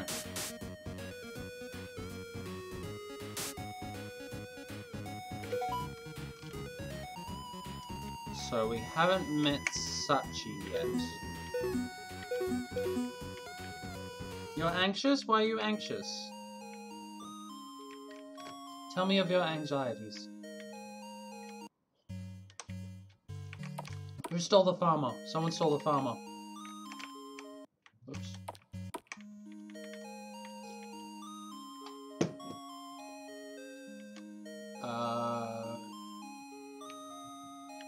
Screw it. Let's do it. You have a quiz and exam. You all do great. I believe in you. Apprentice. Alright then, my future tavern owner. About time for me to open up the tavern for business anyway. Oh, the mummy's the farmer. Oh, right. And then the genie is the weaver. The cat is the barkeeper. Time to get you ready to inherit the tavern. If you won't be a soldier, then I'll have you making the best damn meals in this valley. Alright, Mum, but shouldn't it be harder to try and convince me to pick up your trade? I've been so half-hearted about it. If Toby and I both became soldiers, who would run the tavern? The world isn't a safe one, Matsuki. There's something your father and I can readily agree on. You know I'm the one who named Tobias after the patron god of soldiers. I figured even if he never became one, the Ancient One would smile upon him in a time of need. No one ever kills a good bartender either. Except for Jason. 3 exams and 2 lab practicals. Oh good god, that's a busy time. I'd love nothing more than the 2 of you to remain happy here forever, but in case you ever need to leave, in case this valley is too small for you one day, I want you both to know how to protect yourselves. Mom. But that's in my speech. You came here to learn to run this tavern, I'll be damned if I make a half-decent tavern owner out of you yet. So the trick is to always follow the recipe. I'm going to leave you with a few today, but there's so many out there. I managed to become the owner of this tavern by collecting them all. Won't want to pay to have someone cook for you when they know how to prepare so many special dishes. Thought it was because you made beer. I'm getting to that. Little spirits always help the food taste better at any rate, so I'll be teaching you to make some wine and a few choice dishes. Poor man's stew, shepherd's pie, every beast pie, and wine. For that, one thing I need to show you. I'm going to be showing you how to fish today. It's actually pretty simple. You just need a fishing rod, some bait, and luck. So here's everything you need. I'll give you 5 bait now so you can practice with me and talk to me when you're done. Fish. Nothing. Fish. Minnow. Fish. Conch. How does a conch shell end up in your fishing rod? I'll make a proper chef out of you yet. We got fish sticks. Ugh. I'm sending you all the positive vibes I can. Day 3. You can do it. I'm afraid I relaxed too much yesterday. I'm starting to unwind. Today's gonna be a great day, Mitsuki. I can feel it in my bones. Deep, deep in my bones. Covered in wrappings because I'm a mummy. I get it, Lisa. That was a bit flat, though. Grandmother Shiona of the Sky didn't bless me with good jokes, I'm afraid. Where's our wonderful flying lady? Where's she gone? No. Genie friend is probably in the shop. Hi, genie friend. Hello, my free labor. I was promised free labor. Free labor. When do you see yourself coming by? Maybe if I had a new coat for Shiori, it was beginning to discount, I'm really more willing to come to work. I'll come by when I come by. The shrine? Okay. Cabin behind the tavern. Cabin by tavern. Whoop, whoop, whoop, whoop. Oh, there. Ooh. Hello, my skill wielder. Halfway point, my scraper. It's almost your day of choosing. Any idea what you're going to choose? Give your mother the details. She looks scary when she has that look in her eyes. Still unsure, Mum. Still so I'm willing to make a decision. I'll make my choice when I need to. Life has a way of working itself out. Good morning. It seems you made it halfway. How are you feeling? I'm doing alright. Did you need anything today? Perhaps in an alternate reality I would have more to offer you, but alas, all I can offer is words of advice for you. What do you have today? You don't have to rush into your apprenticeship for the day. Try doing some farming or fishing. Be sure to communicate with everyone around you. You're going to be an adult of Quinn Song. You can't exist in your own world. But I rarely see anyone here interacting. We do, my young diplomat. But inventing these complicated cutscenes is hard for a one-woman team on a time limit.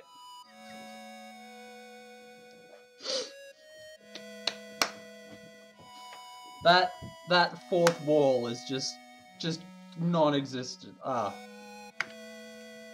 What? What?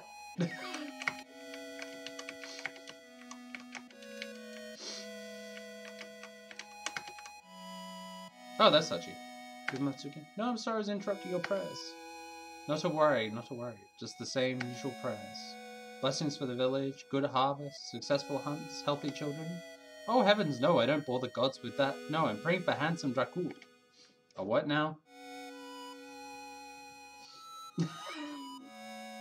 Wrecking ball dialogue, just smashing it out.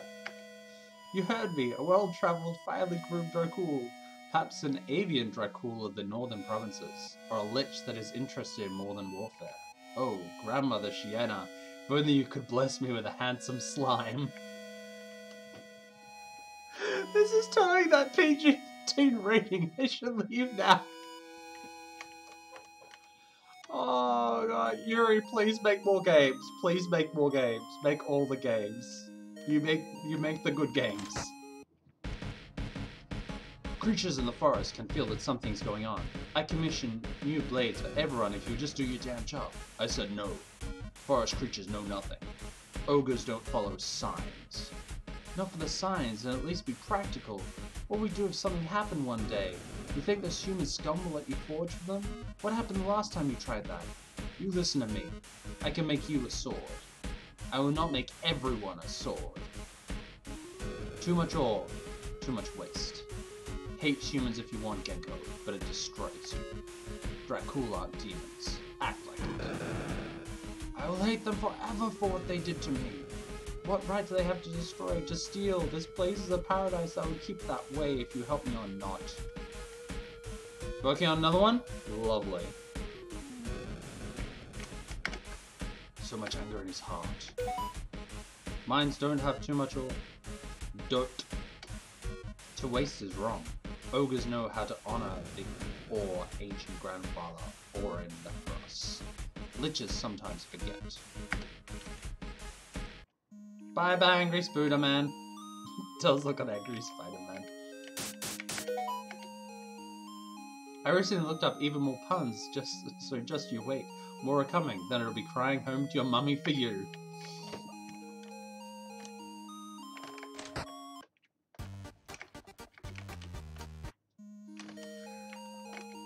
Where is our lovely, romanceable flying friend gone?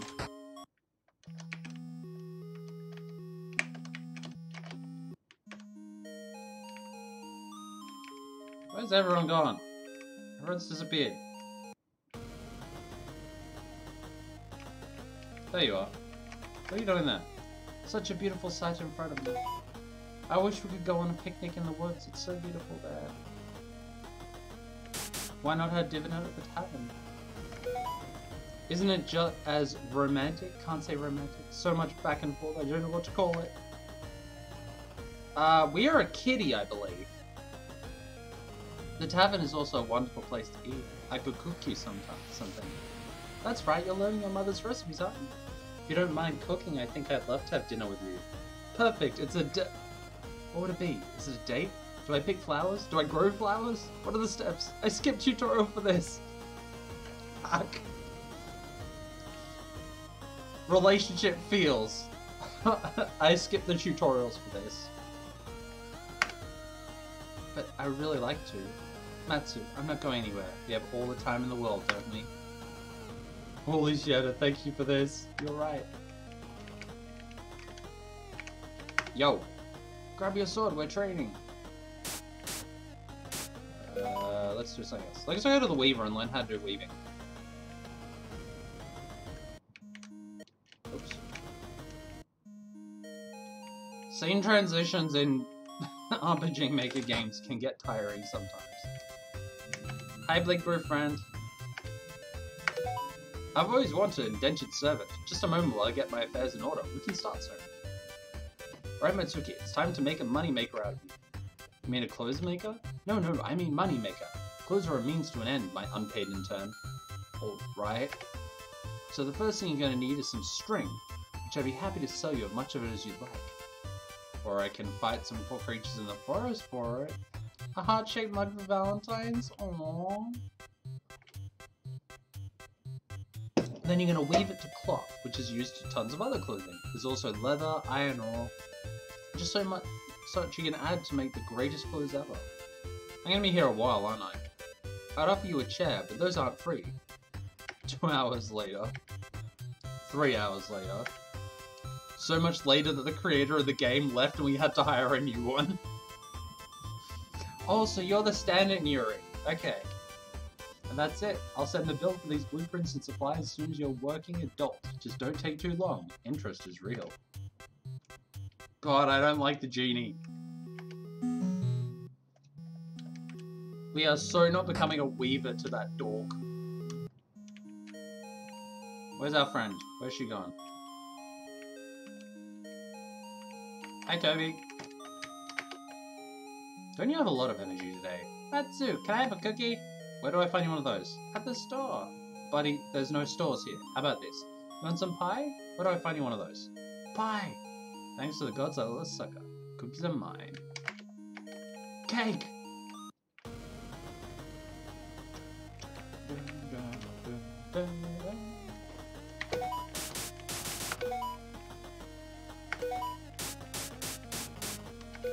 What did I not say hi to? I've said hi to everyone. Alright, the joy of having seen all the text and lore hidden in this game. There we go. So do go Genko and Lisa. Let's do a farmer quest. Farming! Hey Genko. I like that they're just running around everywhere on different days. That's always nice. If you love profits so much, why do you live here? Wouldn't you make so much money out in the cities? You sure you lived here your whole life. You never had a desire to leave. Would you leave? Even if there are better opportunities elsewhere? Well, I know. But shouldn't that I was ever the case? What? Never dim the bright colours of your fabrics to please others. That's not what love is. Then why bring it up? Because I also refuse to dim my bright colours. The cool of the city are picky and greedy. They are different from the ones here. The fact that my love live here solidified my decisions against the lure of potential big profits. The decision to stay here worked out the best for me, so I stuck with it. You should do the same.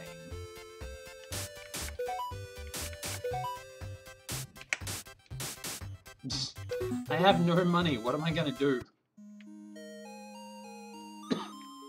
I can't go.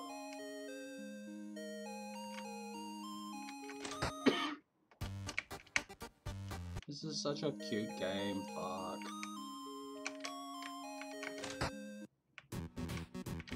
Hi, Cat Mom.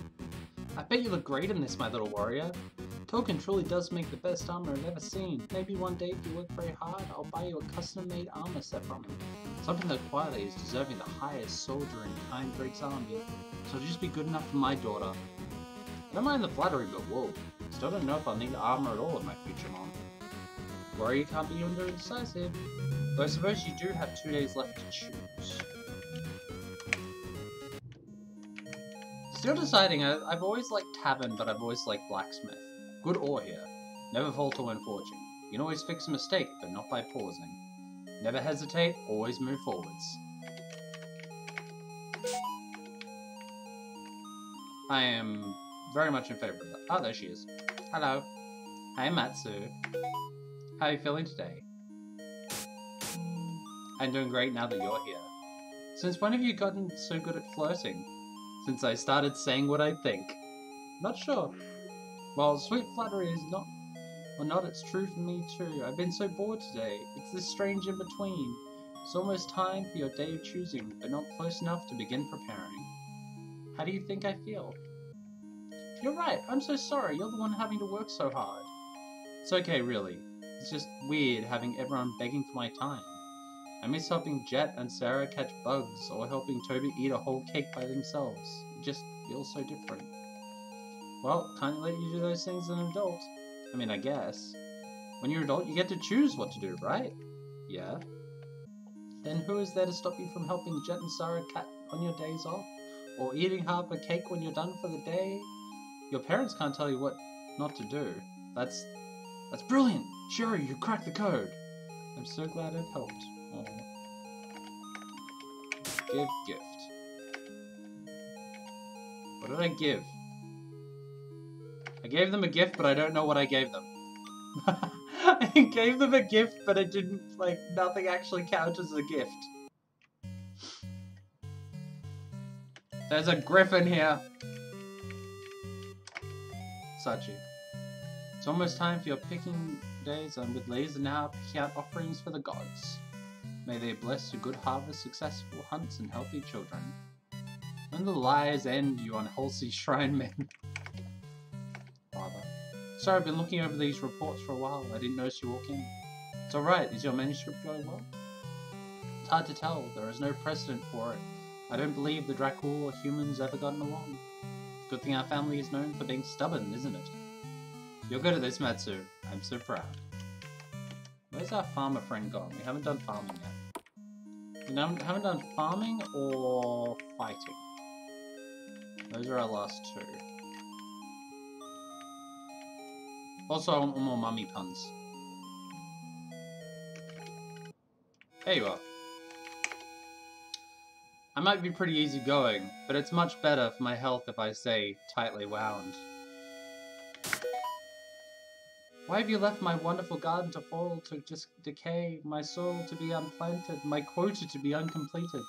I haven't, Lisa. Then why haven't you apprenticed with me? Are you afraid of the labor? I've yet to lose a student, and even if I did, you'd look amazing as a mummy. Denial isn't simply a river. That's apprentice. To the tilled soil. Alright, are you ready for your tutorial on farming so you continue in this game? You mean my apprenticeship? Yeah, that. Whoops. I've watched you do the basics, but I'm ready to farm. Alright, I'm gonna give you these seeds. And you're gonna plant them in the dirt. Then do I water them, fertilize the soil? What order do you want them in? Which hotkey do I use? Ooh, Stardew Valley jokes. Yeah, no, you just let them grow. What? Yeah, it's pretty simple actually. Just go to beg and boom, produce. What, are you serious? I'm deadly serious, my glorified intern. Try it yourself. You're not going to give me any serious skills until I agree to be your apprentice full time, huh? You always were a smart one. Now then, stick a seed in the dirt and watch it grow. You're dismissed. Last one. Find everyone's happy when I'm ready.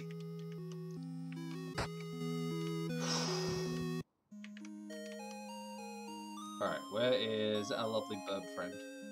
Bird friend! Are they all in the tavern? This is such a cutie game. I love it.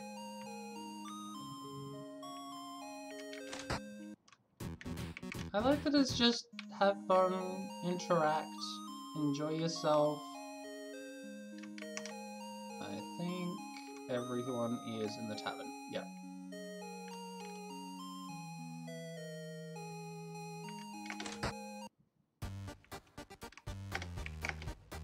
Finally arrived at your own party. Gift. Not even good enough. Damn it. Just one more day, Matsu. I hope you're into all the women. All the women? Oh no, not for me. I think that's my heart I feel next to my feet. But you, oh Matsu, I think I really like you. Sure? I'm terrible at keeping secrets. I had it right to confess to you on the day of choosing, but I can't help but give you hints when you look at me the way you do. So yes, Matsu, I really like you. Would you ask me out so I can see one day if I love you too? Ask out.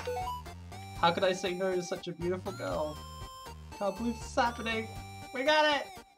I'd see you getting red. Does the thought of dating me really make you feel that happy? I've wanted yes. This is great. I was so worried. Let me put those worries to rest. How about tomorrow night? If you aren't too tired from your big day, I'd love to.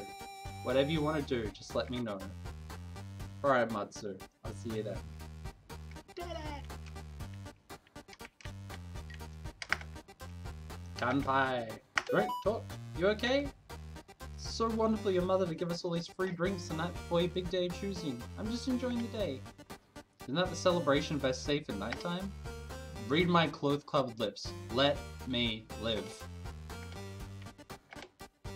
When you're a adult, will you still love me? Toby, of course your big sister will. Even if I ended up leaving for a bit, your big sister will find a way to be here for you, okay? Promise, Matsu? Of course, buddy. I'm not going anywhere, okay? And you'll always get me pie? Of course, I'll always get you pie too. There's a garden gnome spinning at the top of the screen.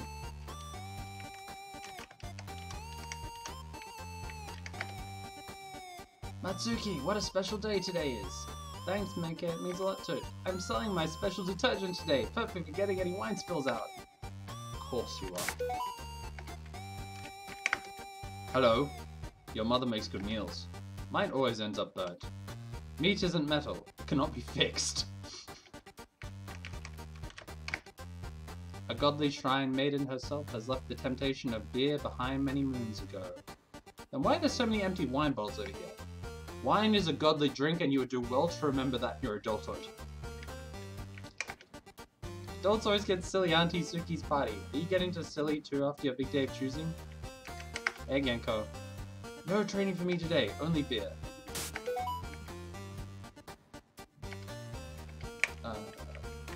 And now I'm stuck. Rep. I can do the apprentice, but it's like... Help! I'd like to log a bug report. No, we're good. No, I'm still... No. There we go. There we go. There we go. Yeah, I know. I just didn't want to have to. My little warrior, enjoy your last day. Yeah, I know. I've got food and drink for all the festivities. Be sure to enjoy yourself. Come on, Genko, let's do the thing. Alright, so first up, I'm going to give you a sword. I want to see how good you are with it. I can't have you get hurt the first time because you can't use a sword. Here we go. I have a staff already. What good will a staff do? I can teach you magic, but a sword would do much better. I've been trained with a staff. I fight the best with it. I won't have to slaughter anything as often. How will you protect yourself from humans once you run out of mana? Did your human-loving father recommend? It was my mother who mentioned it, and it works for me just fine. Let's continue. Genko needs to go jump in a lake. First thing I want to teach you. Alright, first, let's see what you can do on your own. I've got a small rat here, if you think you can handle it. Well, we've got a combat attack.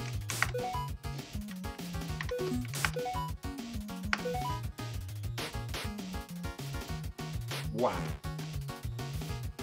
No, I have no magic here. Long walk up a short pier, yeah. Maybe that would cool him down.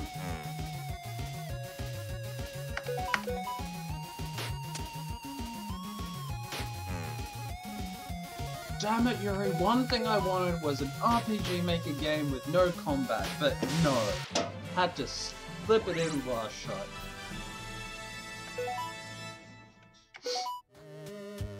What was that? See, if it was a sword, you would want easier. Teach me a skill with a staff then. I don't have much. Definitely need something to boost yourself and cause damage. I know. Fire's my personal element, now it's yours. Let's give you a mindless tree ant to fight. And to please the people, yeah.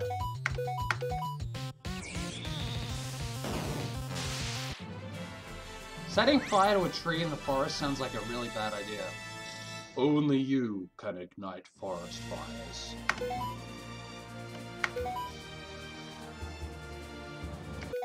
I love that it's so overdone. Don't tree ants feel pain? Nah, those things are just spirits in trees. They can easily jump to another one, but the wood left behind can be sold.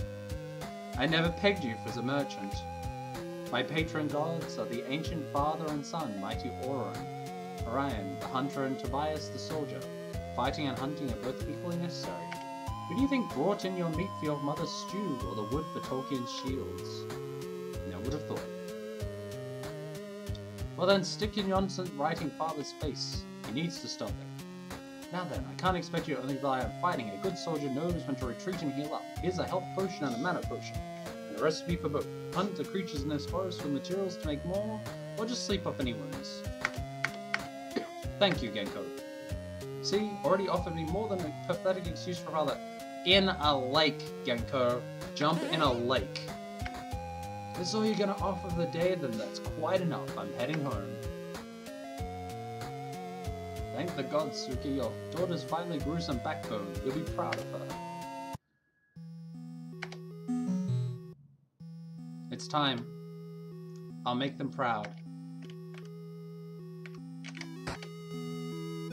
They'll all be in the square, rectangle, today. Blessings unto old Rakul. May we remember and thank the gods in the good times and bad. But today is most certainly a good occasion. The day when one of our children demands their place within the village as an adult. May those who have already chosen to be reminded of past times, and may those yet choose to pay attention, for the day will come soon enough. Matsuki, can you please step forward?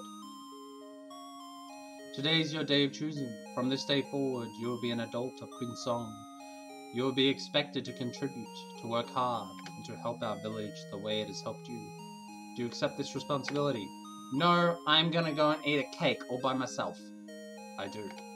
Right then, as the ancient gods, as our witness, Matsuki, what have you chosen? I don't know. What do we think? Blacksmithing is always solid work. Like, weaving just seems like I don't want to deal with Menkei. Menkei annoys me.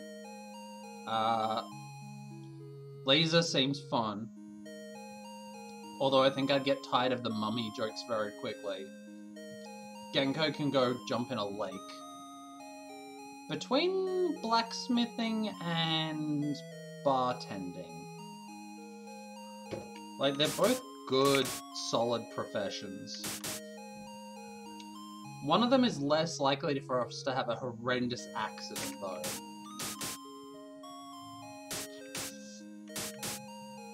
Hang out with Mum or hang out with the ogre. Hang out with the Mum, at least it seems like a fun. I accept you as my apprentice. May my knowledge become yours, my recipes yours. As your apprentice, I honor you. May your knowledge become mine, your recipes mine. May you rest easy knowing your craft is continued. Let's make the Drunken Slime the best tavern ever. Yes. May the holy grandmother Shiana look upon you both with a smile. Now let's party! Perfect Suki ending! And so the town of Quinsong welcomed their newest adult, a young girl, barely 21, had left her girlhood behind. She was now free to take on the world. Later. How do we deal with an entire village full of monsters? By cleansing it, of course. Fire has always been the holy cleanser. May it stop these barbaric yokel from ever harming anyone again. I don't think anyone played anyone party. What a great birthday. I should probably head home. It's so dark. Wait, why is it so red? What's... Did someone just nuke the village? Wait, what's this? Where is everyone? Lisa? Menki? Toki? Lisa? The humans attacked us? Oh, one anger. Humans must have attacked, but how? Why? We're so far from the battlefront. They must have escaped. Denial.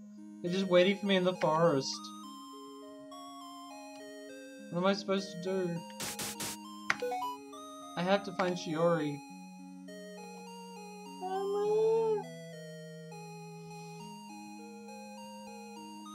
My 3 most hated words in media. And you throw them up at me at the last second.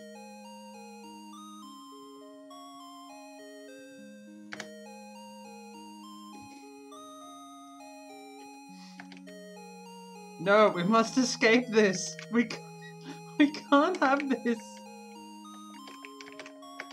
No, no, no.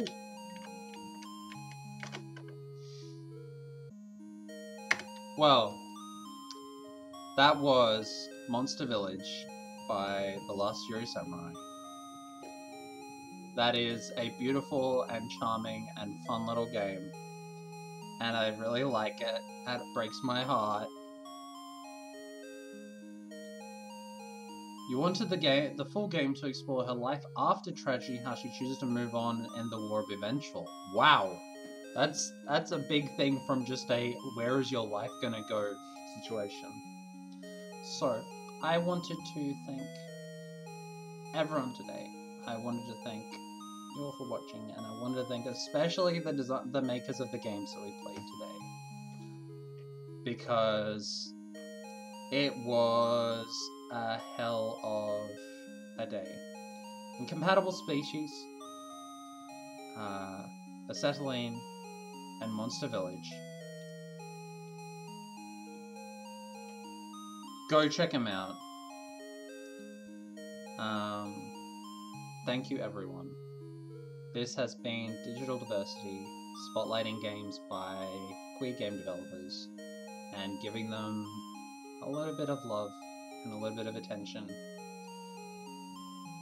So, back tomorrow with Throwback Thursday, playing Toonstruck, point and click adventure from my childhood that I love. Friday, thinking that I'm going to do this Lego build. Until next time, look after yourselves, look after each other, remember that you are not alone, keep playing games, and be proud of who you are. I will see you all next time. Bye folks.